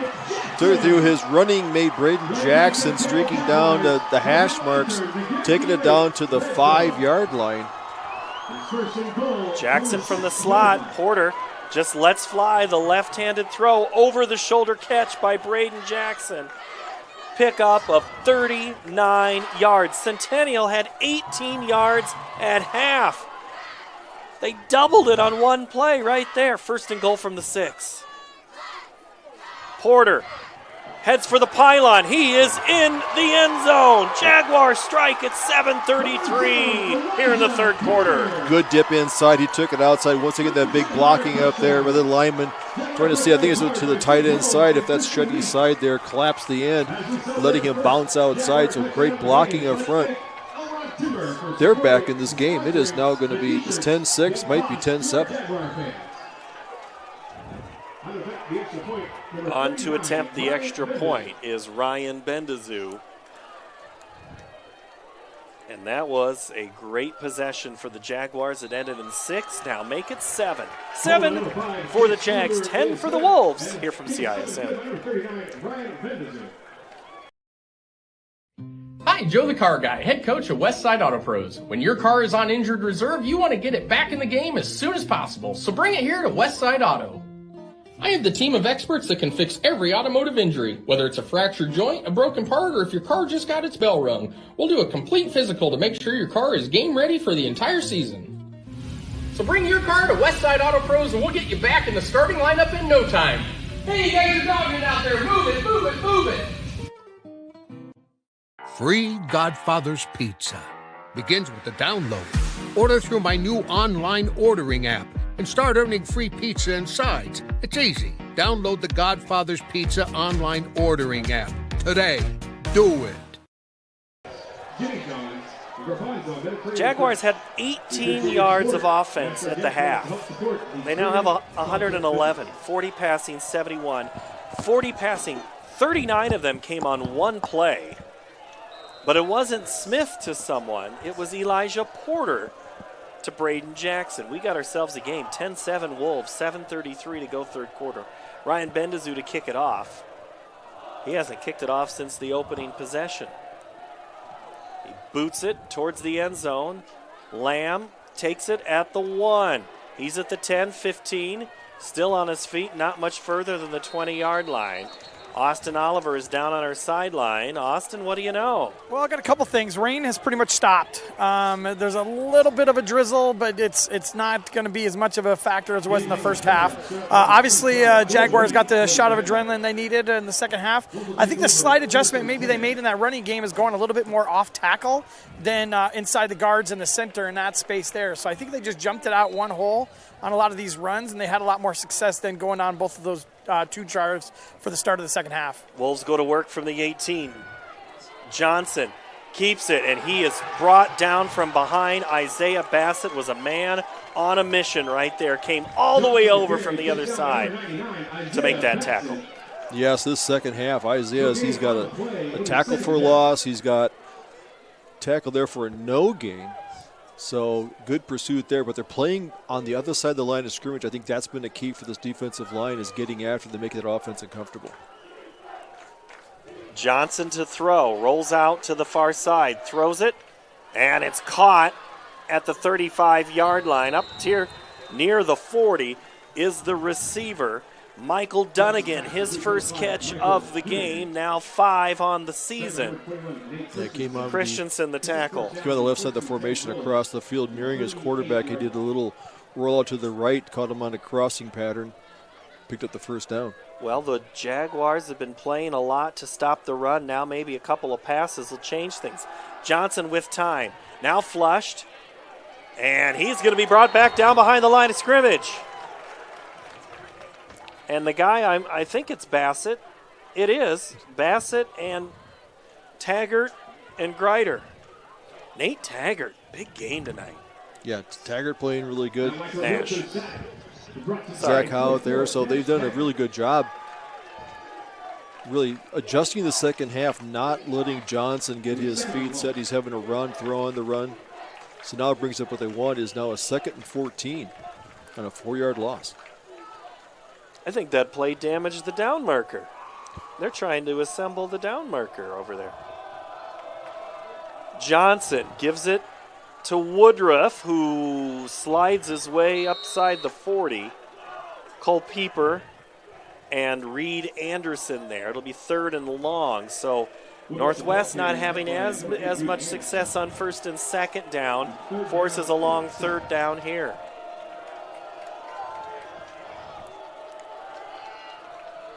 Two receivers to the left for Johnson. Woodruff in the backfield. Johnson to roll, set his feet, throw back the other way. Caught on the screen. And enough for a 1st down for the Wolves. Catching it is Lynch. Cole Lynch, the senior, on an absolute great screen throwback. Good call by the offensive staff there. That pursuit was coming in towards the quarterback as he rolled in, pulled the defense, they overshifted over, so he had 2 blockers out there. It was an easy completion, picked up the 1st down, so good play call to counteract this aggressive Centennial defense. I'm going to check Austin's eyes because I keep looking, Austin. It looks like it's raining more now since you jinxed us. What are you doing, Austin? We'll check in with him after this play. 1st and 10 from the 47. Wolves go with the quarterback keeper and Johnson. Holy cow! Right up the middle! Look at that go! Sam Johnson racing for the end zone. He is in there for a touchdown. 47 yards and a score to extend the Wolf lead. Took it off the right side there, had a bit of block, had a little bit of a seam there. The linebackers had come up to guard against the run. He broke the tackle, took it up straight up the middle with his speed. He's hard to catch.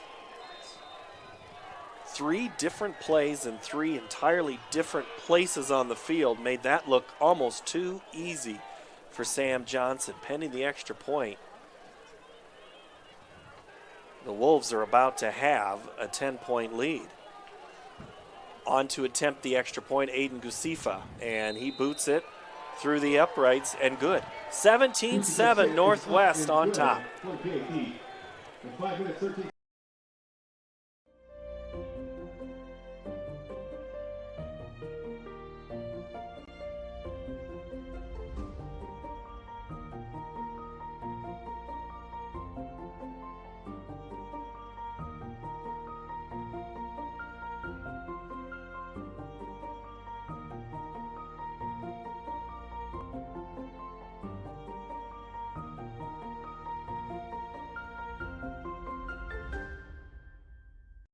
Iowans are working hard, but high prices make it even harder to keep food on the table.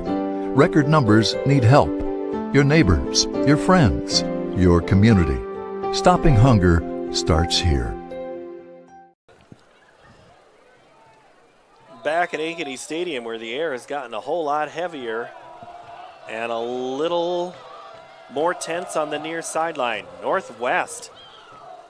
Huge 47-yard touchdown run for Sam Johnson, right up the middle and hardly was touched. Austin Oliver told us in his last report that it looked like the rain was stopping. Austin, what do you have to say for yourself? Well, me and my big mouth. It is really just a fine mist. I mean, I'm looking at my jacket here, and I'm barely even seeing anything really collecting on it. So I don't think it's really a factor, even though it looks like it's a little bit more up there than it actually is. Wow, Northwest, quick strike on that touchdown. He was in the end zone in a lickety-split. It's amazing. 17-7, Wolves lead the Jags, 5:13 to play. Centennial has to feel a lot better about their offense after that last series. Handoff goes to Elijah Porter, and he gets back to the line of scrimmage, +2. Hey, I want to take a quick out-of-town game check for you. Valley has now scored again to make it 14-10. That was 10-7 and 14. It was just crazy. Dowling, though, has taken the lead on Polk, 14-10. Johnston still in front of Urbandale, 14-2. Pleasant Valley trails Iowa City West now, 11-10. All sorts of craziness happening here on Friday the 13th. Pass slant to Porter, caught at the 30, up towards the 40. 45 still on his feet, takes his defender near midfield. That was a great quick snap throw on the slant to Porter from Smith. Yeah, Elijah Porter, he's been running it. He can pass it, he can pass receive. So once he had to boost it up to the 48-yard line, so quick strike here. We may start seeing these guys, throwing some haymakers here. Still in the third quarter. Blakely the tackle after a gain of 26. Ball up to the 48-yard line for the Jaguars. In the gun is Smith. He has Porter and gives it to him. Gets up to the line of scrimmage before Vineyard from the defensive end position crashes down on him. Also up front, Henry Kennedy. The offensive line is doing a much better job of controlling that line of scrimmage, getting some blocks in there.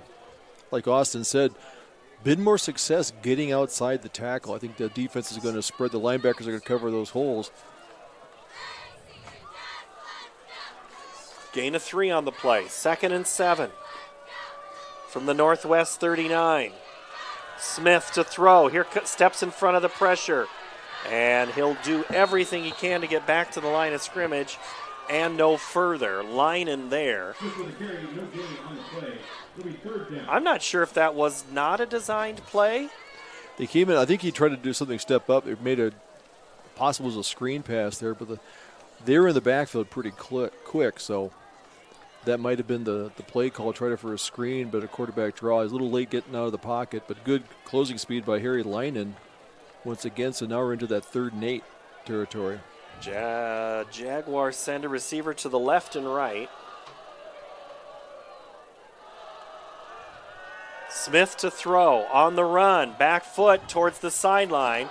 Shuddy sticks his left hand out and just can't corral it. He was also out of bounds too. He had some coverage on him. Blakely was there as well as Austin Ort. So again, the double team on Shuddy and Snyder has proven to be a good use of personnel for the Wolves so far tonight. They should have got a little too far out on the sideline there to make any catch, even if he got a hand on it. So they've really been watching where he is on the field at all times.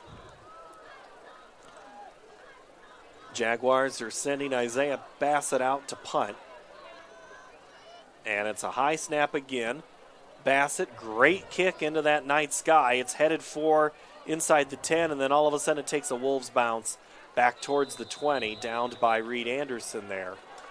As also on coverage, as Maverick Inman just said, don't let it hit me. And he'll stay out there for offense. As the Wolves come out, they lead 17-7 here at 2:43 to play in the third quarter.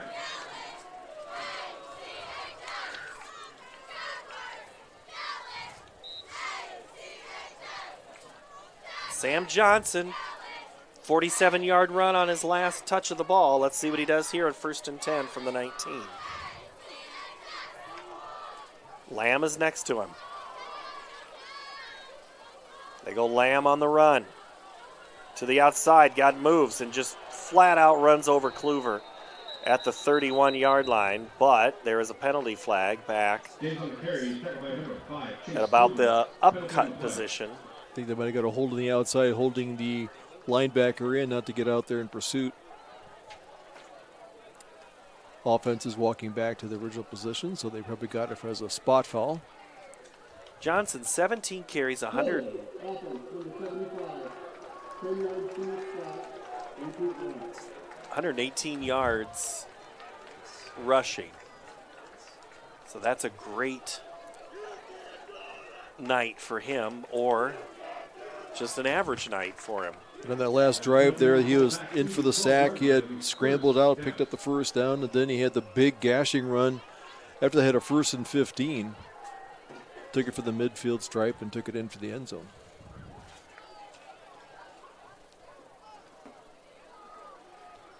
Handoff up the middle. And it's not much more than a couple of yard gain right into the scrum. With their running game, the clock is going to be in their favor here once they get into the fourth quarter with a 2-score lead. So see if they want to pound and ground that their running game. They're willing to break the huddle late and use as much of the clock as they can. These two teams score in the high 30s on points per game. We are stuck in the 17-7 range right now, midway through the third quarter. Run pass option. They go pass down the far sideline, caught in stride, and then dropped. In and out of the hands of Will Retz.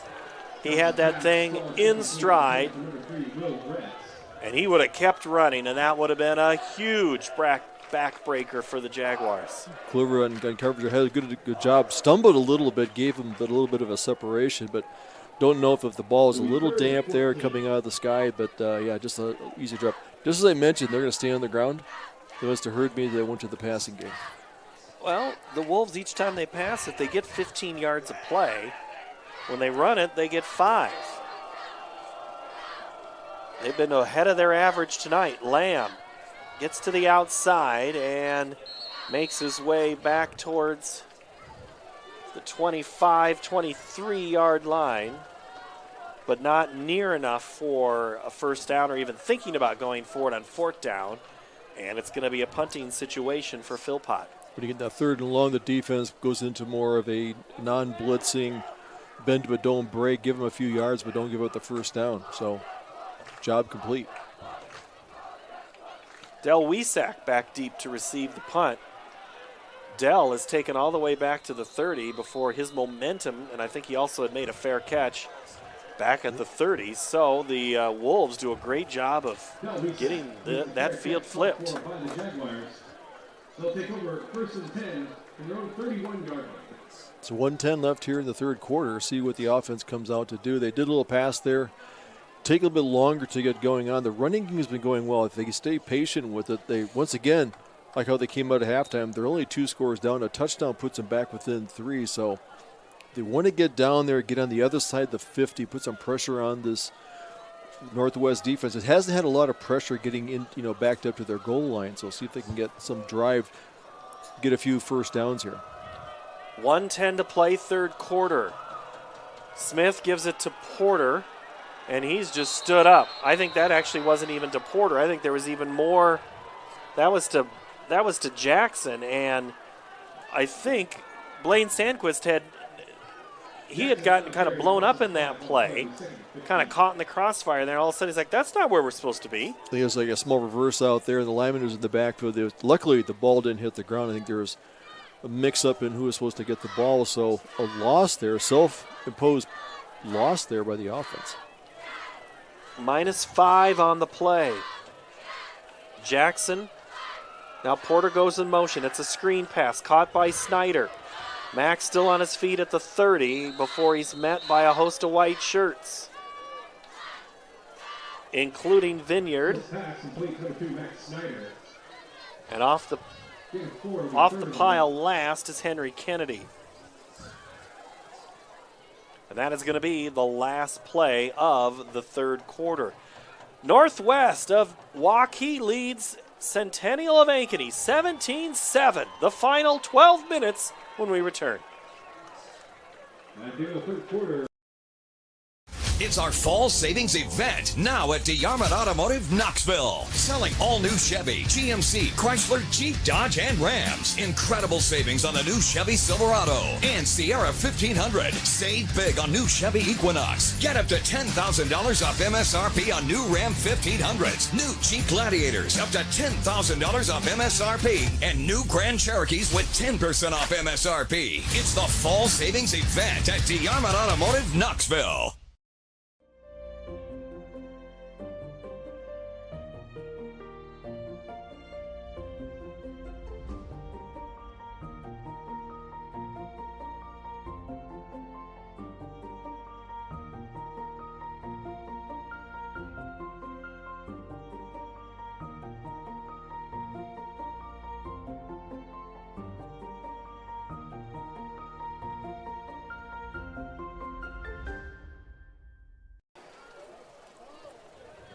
Centennial. Coach Ryan Pizzetti said at halftime, we've had a lot of catastrophic plays. They've had a couple on this drive, making it 3rd and 11 from the 31 as we start quarter number 4. Trenton Smith, 3-step drop with time. Throws it. Chase Shuddy caught at the 40, stuck his paw out, but I think he's going to be short. They're going to say he maybe got to the 39, which will make it about 4th and a yard and a half. Yeah, they may have to punt it. Let's see what they want to do. They're down by 2 scores here in the 4th quarter. They've had success with the running game. And they're sending in the punt team at 4th and 2. And they will have the appearance of punting. The Jags are going to keep it, or that the Jags, but the Northwest is going to keep across the line, watching for any possibility of a fake punt.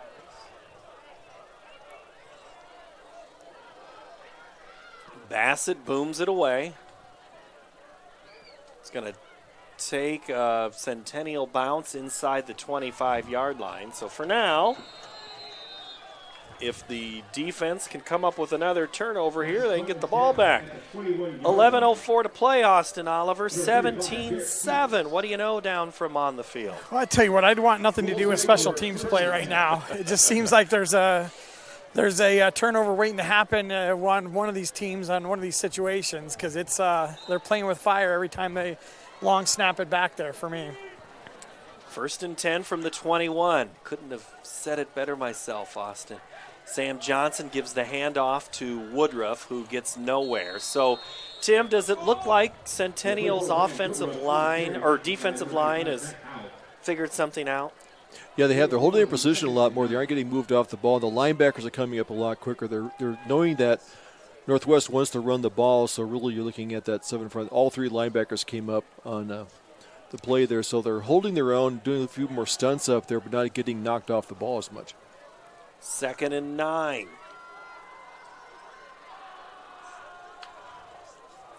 Johnson keeps it. Bad decision. I think that's Bassett again, right? Yep, I think he's in the backfield quite a bit. So different guys are taking different keys on the quarterback. Some are rushing upfield. Their other 3 linemen are staying back to read, so they're taking turns. They can't guess which one's doing it, but that's a big loss there. Instead of normally picking up yardage, they lost here, so making a 3rd and 12. 2 fourth-quarter scores for you. Dowling leads Southeast Polk 14-10. Ankeny leads Valley 17-14. Those 2 games also on CISN tonight. We got a triple header of coverage. 3rd and 12 right here. Northwest 17, Centennial 7. Sam Johnson, quarterback draw, gets up the middle, makes a move, gets to the 30 and out of bounds past the first down. On 3rd and 12, Johnson answers with a pickup of almost 16 yards to the 35-yard line. Yeah, he does have some nice moves. That's running up the middle, cutting out and getting past 2 tackles. Really, I would say that the defense had bad angles on the tackle there. He got to the outside. He's faster than he appears, getting up there, picking up a big first down. Gain of 17 on the play. Thank you, Jeff. 17-7. The Wolves here. Now they're to the point of the game. They can grind this thing out. We're under 10 minutes to play. And Northwest, A, doesn't have to be in a hurry. B, they've been able to do pretty much what they wanted to on the ground at every turn. Because even if they get a 3 and out, or they're forced to punt, they're going to pin Centennial back inside their 20, so they're willing to take all the time off the play clock. Here, I imagine they're going to come back to the running game again to Woodruff in the backfield. 2nd and 8. Johnson keeps it, heads to the outside. It's a race to the pylon. He's got the first down and out of bounds. The 47-yard line. Johnson, you said it, his speed is deceptive. Right there just absolutely was a super sprint. Yeah, he ran up like he was going to take it upfield, gives a little bit of a shoulder fake. He pops to the outside, and they just can't keep up with his speed. He's one of the fastest quarterbacks I've seen. Really more of a pure runner as a quarterback that we've probably seen all year. 1st and 10 from the 47 after a 9-yard gain. Falling right at the line of scrimmage would be Woodruff.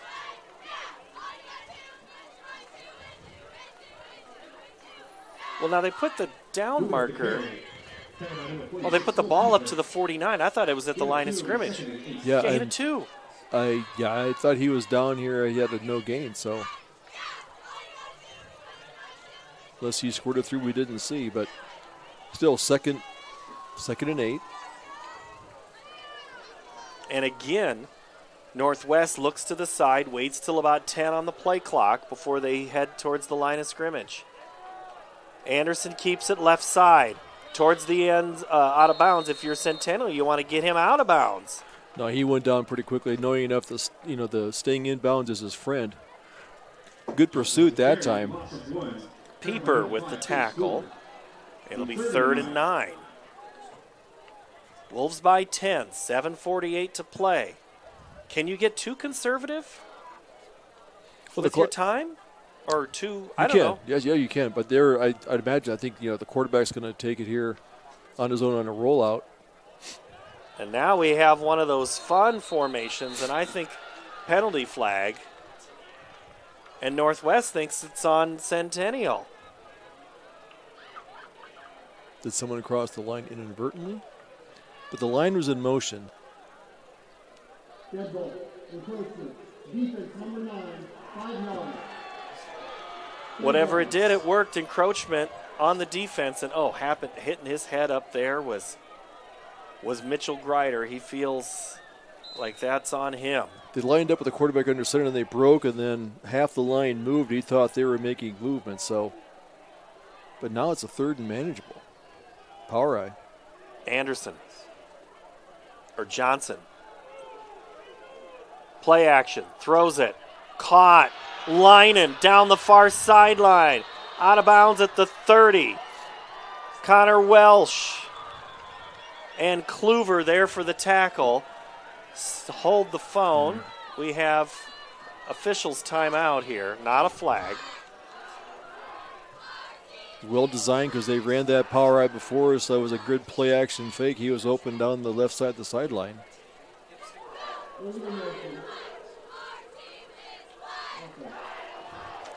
There is a penalty, illegal motion on the offense. So that play's coming back. What would have been 17 is we'll redo 3rd down.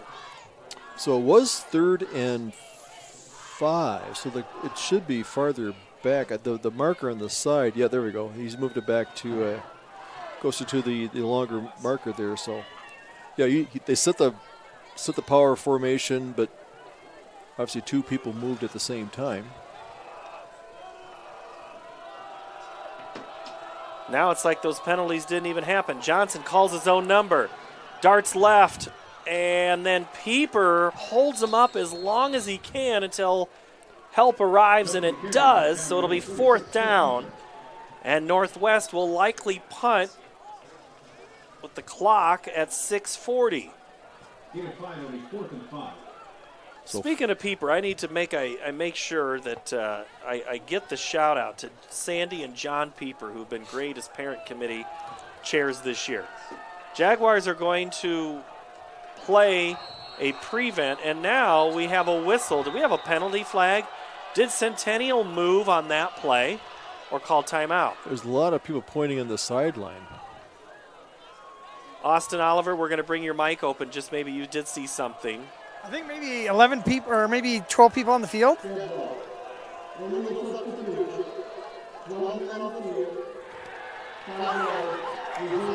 Yeah, because that deep referee called it, so I mean that's about the only call that he can make all the way in the backside. So that's what I was guessing. That's what it was.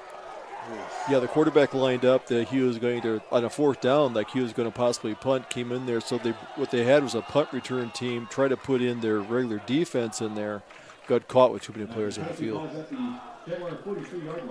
That hurts for Centennial. 6:17 and a fresh set of downs for Northwest. And they can run another 2 minutes off the clock. There was 9 minutes left in the game, and they've already ran over 3 minutes here in the 4th quarter in this same drive. Heavy mist still falling here tonight on this rainy night. It's a good time to grind the football, and that's what the Wolves are doing now. They are running the ball at will inside the 30-yard line is Woodruff, and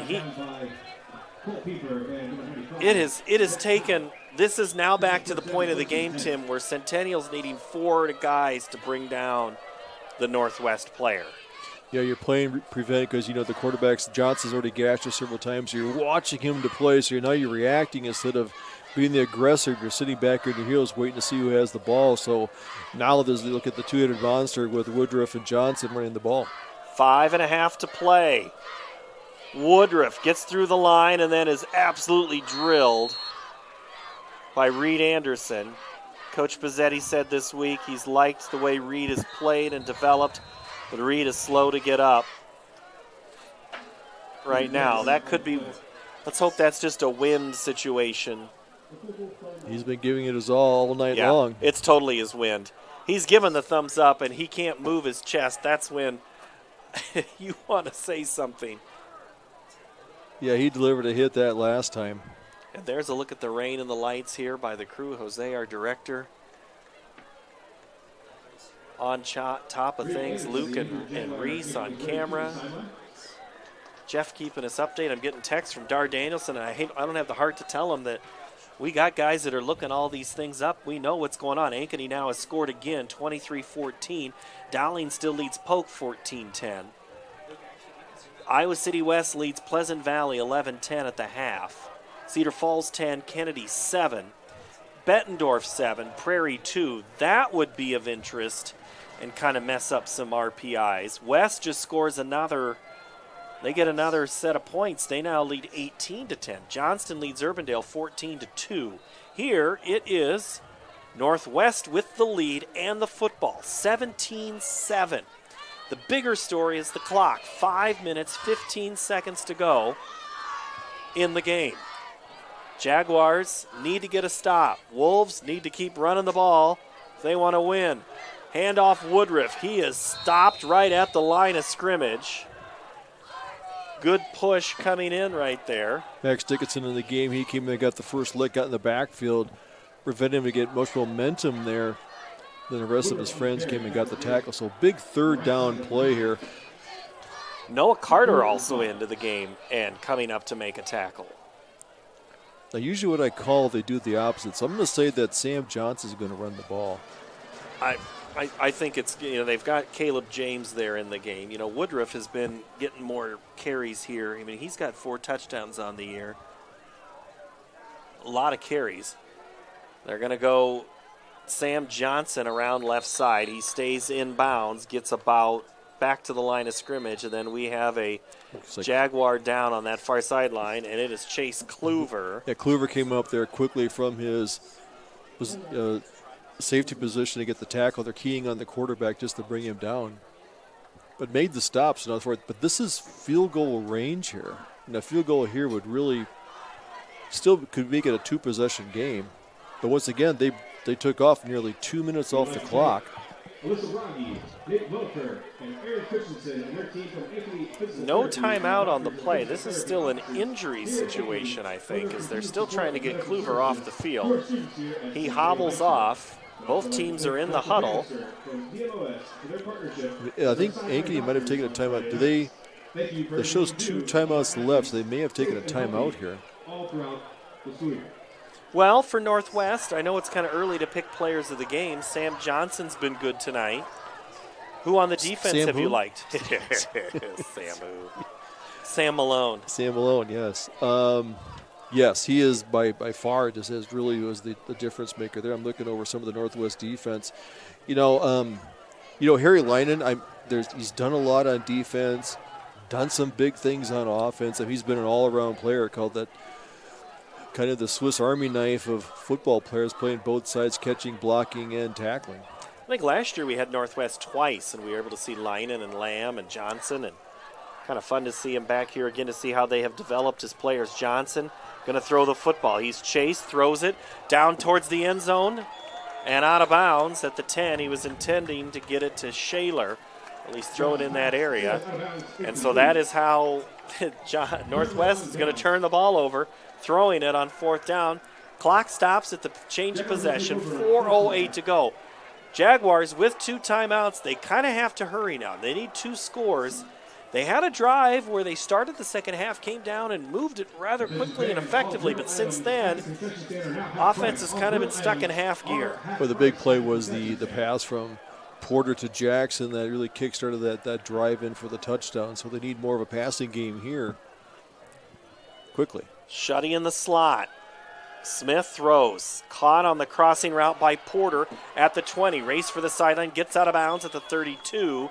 He's pushed out there by Andrew Eastman at 4:01 to play in the game. And those passing, those crossing routes are going to be there, especially for Porter and Jackson. Use some of your speed receivers. Shuddy would be your possession guy that he could get the sideline route if it's put out there on time. So quicker route running is going to be to the offense's advantage. 4 minutes, 1 second for the Jaguars. 1st and 10 from the 32. Smith looks left, waits for Langford to come out of his break, and it's dropped. Well, it's also pretty darn close to being out of bounds, too. On coverage, Carter Blakely for the Wolves. Clock stops at 3:57, 2nd and 10.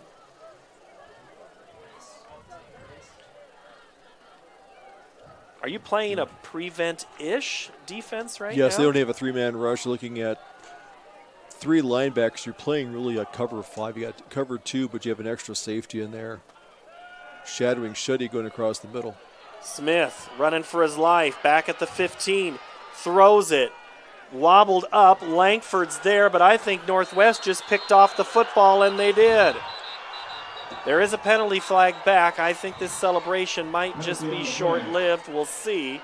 Langford was the intended receiver at the 47-yard line. Would have been enough for a first down. Looks like holding on the offense, possibly.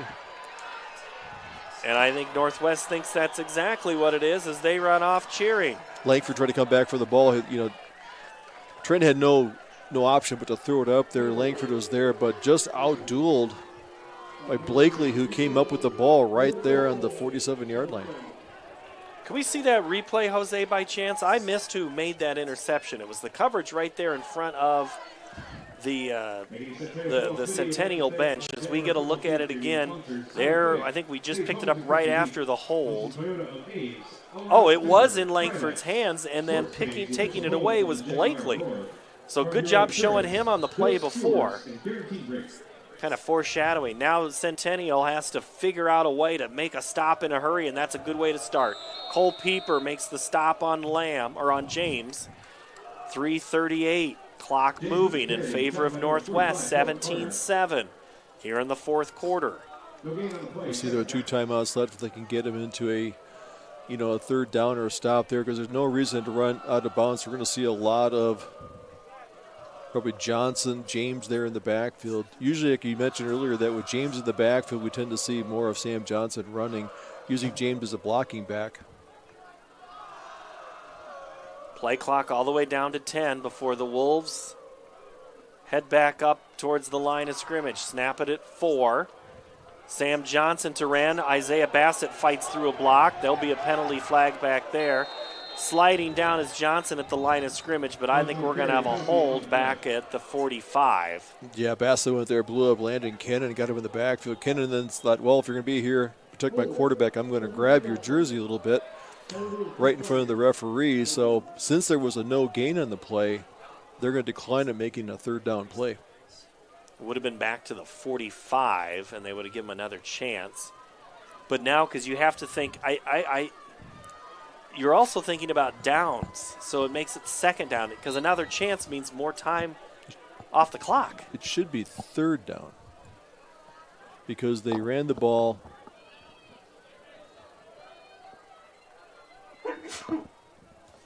Yes, it should be 3rd down over there. Yep. So it should be 3rd and 10. So they want to stop here, probably call a timeout just to get the ball back when they can. 2:37. Now the clock moves. Clock starts. Johnson. Timeout, Northwest. We'll step away. 2:29 to play. 17-7, Northwest. Hi, Joe the Car Guy, head coach of Westside Auto Pros. When your car is on injured reserve, you want to get it back in the game as soon as possible, so bring it here to Westside Auto. I have the team of experts that can fix every automotive injury, whether it's a fractured joint, a broken part, or if your car just got its bell rung. We'll do a complete physical to make sure your car is game ready for the entire season. So bring your car to Westside Auto Pros and we'll get you back in the starting lineup in no time. Hey, you guys are dogging out there. Move it, move it, move it. Free Godfather's Pizza begins with the download. Order through my new online ordering app and start earning free pizza and sides. It's easy. Download the Godfather's Pizza online ordering app today. Do it. Our Jag fans to support these premium-sponsored businesses. All 3 of the games on CISN tonight are kind of going down to the wire. Dowling and Southeast Polk. Maroons have the football, under 40 seconds to play. However, they face a 4th and 2 against Southeast Polk. And looks like Cataldo just had a nice run. And Ankeny is trying to milk that clock as they approach their under 5 minutes. Here, Northwest trying to pick up a huge third down from the 47-yard line under 2.5 minutes to play. Sam Johnson, who's been a thorn in the side of the Jaguars, is dropped right at the line of scrimmage, and the Jaguars call timeout at the 2:22 mark. You got an uphill battle because, one, you've got to be able to score quickly, and then score again. Let's flip it over. And this is what I hope you do at home. With all your devices in front of you. All your devices, and that's what I did the one night I didn't watch any games. It looks like Dowling just picked up the 4th down conversion. So now it's 1st and goal, 25 seconds, a score from the Maroons, and they would win. They're up. Southeast Polk up by 3, 17-14. There's a lot of talk in the 5A circles, those that follow it. I think maybe not just us in the press box. That could be an easily state championship game.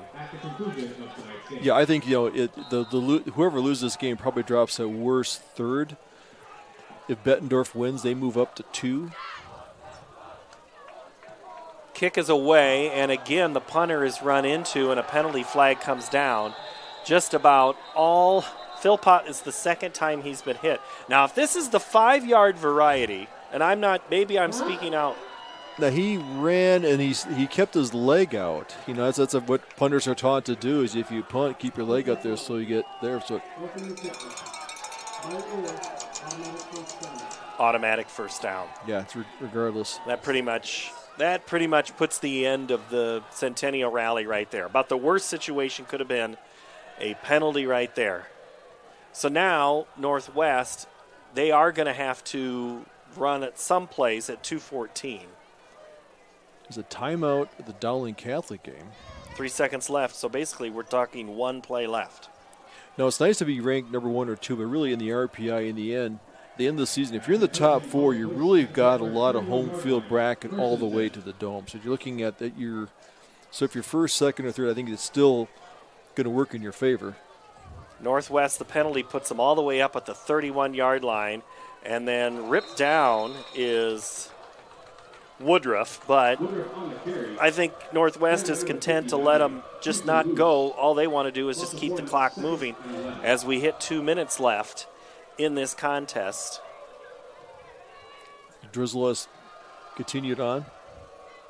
So Dowling could try to kick a field goal and tie it and send it into overtime.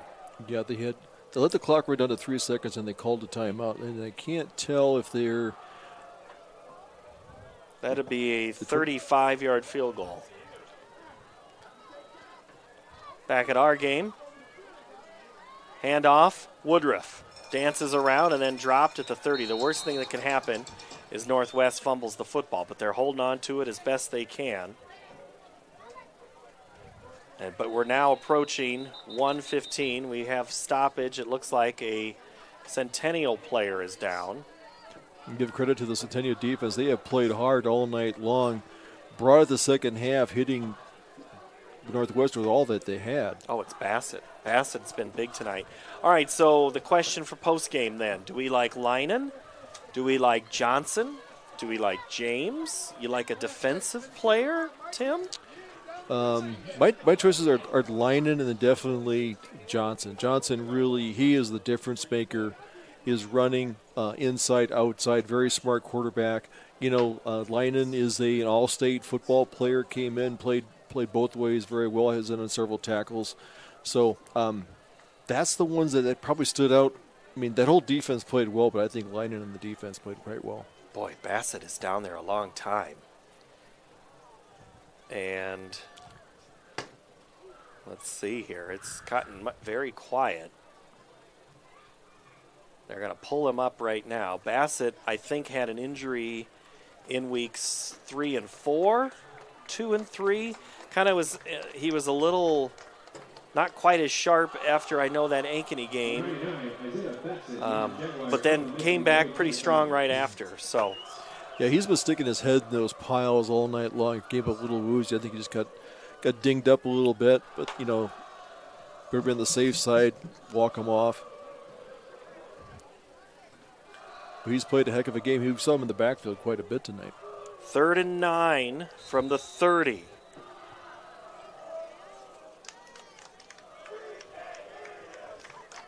And again, Northwest just running it down. They can get down to make it basically one more play, and they won't have to run it. So Dowling just kicked a field goal to tie it, so they're going to have free football in Pleasant Hill. That game is now tied at 17. Valley has the football back with 2 minutes, 13 seconds to play, trailing Ankeny by 2. And a big running play for Valley. Oh boy, that one. That was a big play on 1st down. So now Northwest on 3rd down calls a timeout. With the clock run down to 38 seconds. So 3rd down, they could. They can run around long enough. Yeah. They could run a play here and force Centennial to take a timeout. Maybe take another 5 seconds off the clock.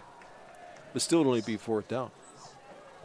And then they could almost, they could run a play, they could run a timeout, then they could take a knee, and that'd be it. Valley just had another big play on 1st down. Minute 48 to play in that game. Johnson sends 2 guys in motion. Toss sweep. Woodruff. He cuts through. He has a 1st down. He is down. Penalty flag comes out at the 28. So we'll stop the clock with 35 seconds. Let's see what this crew, who have been pretty active tonight,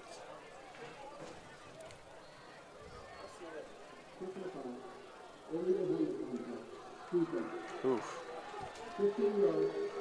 Legal contact to the head on that play. That's tough. So now that ball's going to go all the way down to that'll be almost to about the 10-yard line.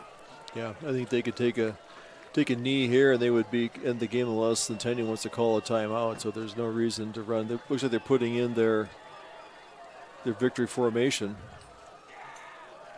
All Northwest needs to do is take a knee, 1st and 10. Sam Johnson, huge night. Runs back, takes a knee on that play.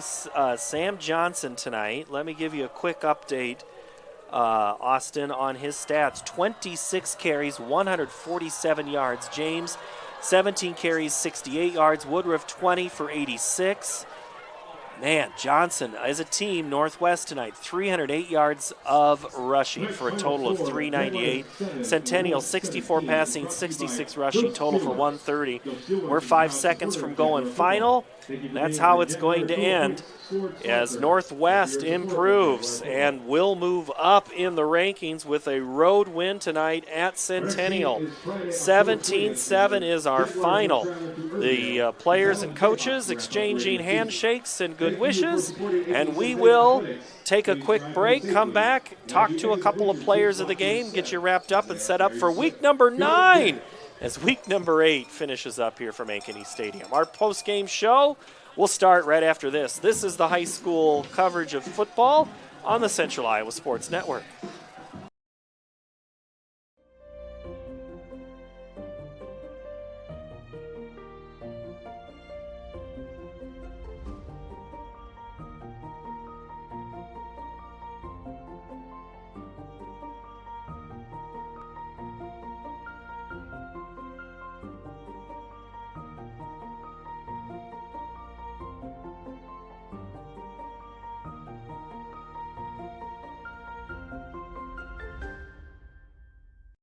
Iowans are working hard, but high prices make it even harder to keep food on the table. Record numbers need help. Your neighbors, your friends, your community. Stopping hunger starts here. Final, Northwest wins tonight, 17-7. Northwest had 10 minutes and 44 seconds of time of possession in the 4th quarter. A lot of it was because of their quarterback, who's with our Austin Oliver. Austin, before I tell you, Johnson tonight, 26 carries, 147 yards rushing. 26 carries, 127 yards, Paul? 147. 147 for carries for you tonight, Sam.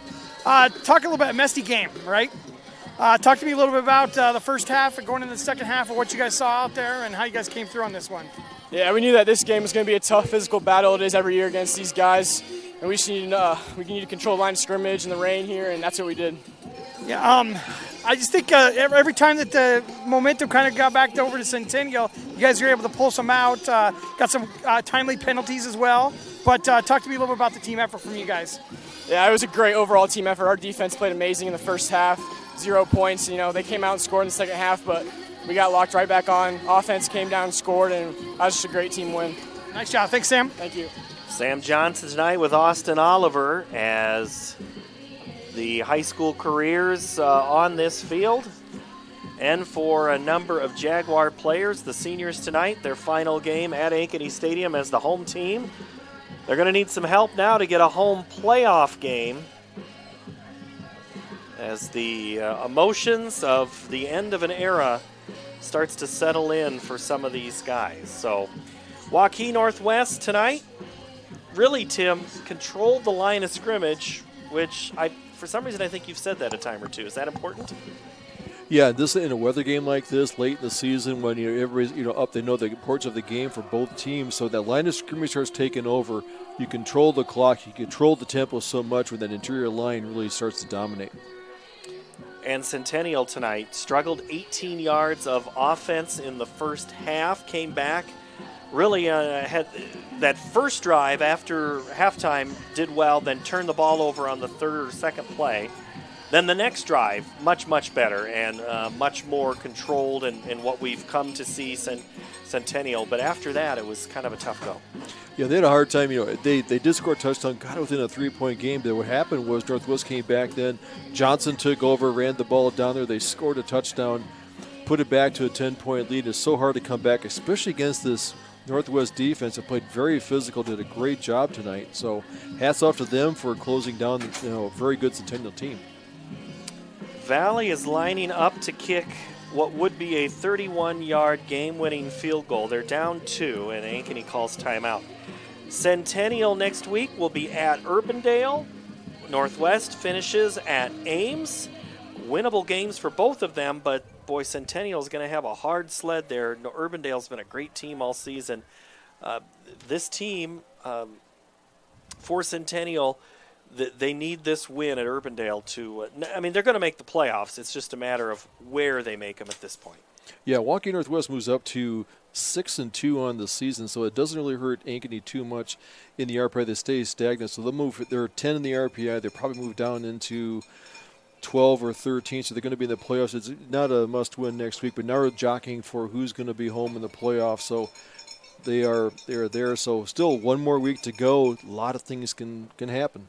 Waukee Northwest, a 17-7 win against Ankeny Centennial, and this game has gone final, and Valley has now beaten Ankeny on a field goal to end it. So you have overtime in one, a late second field goal. We were the least drama, and we only had a 10-point game, Tim. That's the way it goes. It was a sometimes. good night in a drizzly night. Look out there, look at the lights. It's still that heavy drizzle coming down like it's been most of the night. All right, my thanks to the crew here at Ankeny Stadium. We're going to get out of the rain and call it a night. Northwest 17, Ankeny Centennial 7. That will do it from Ankeny Stadium. So long on CISN.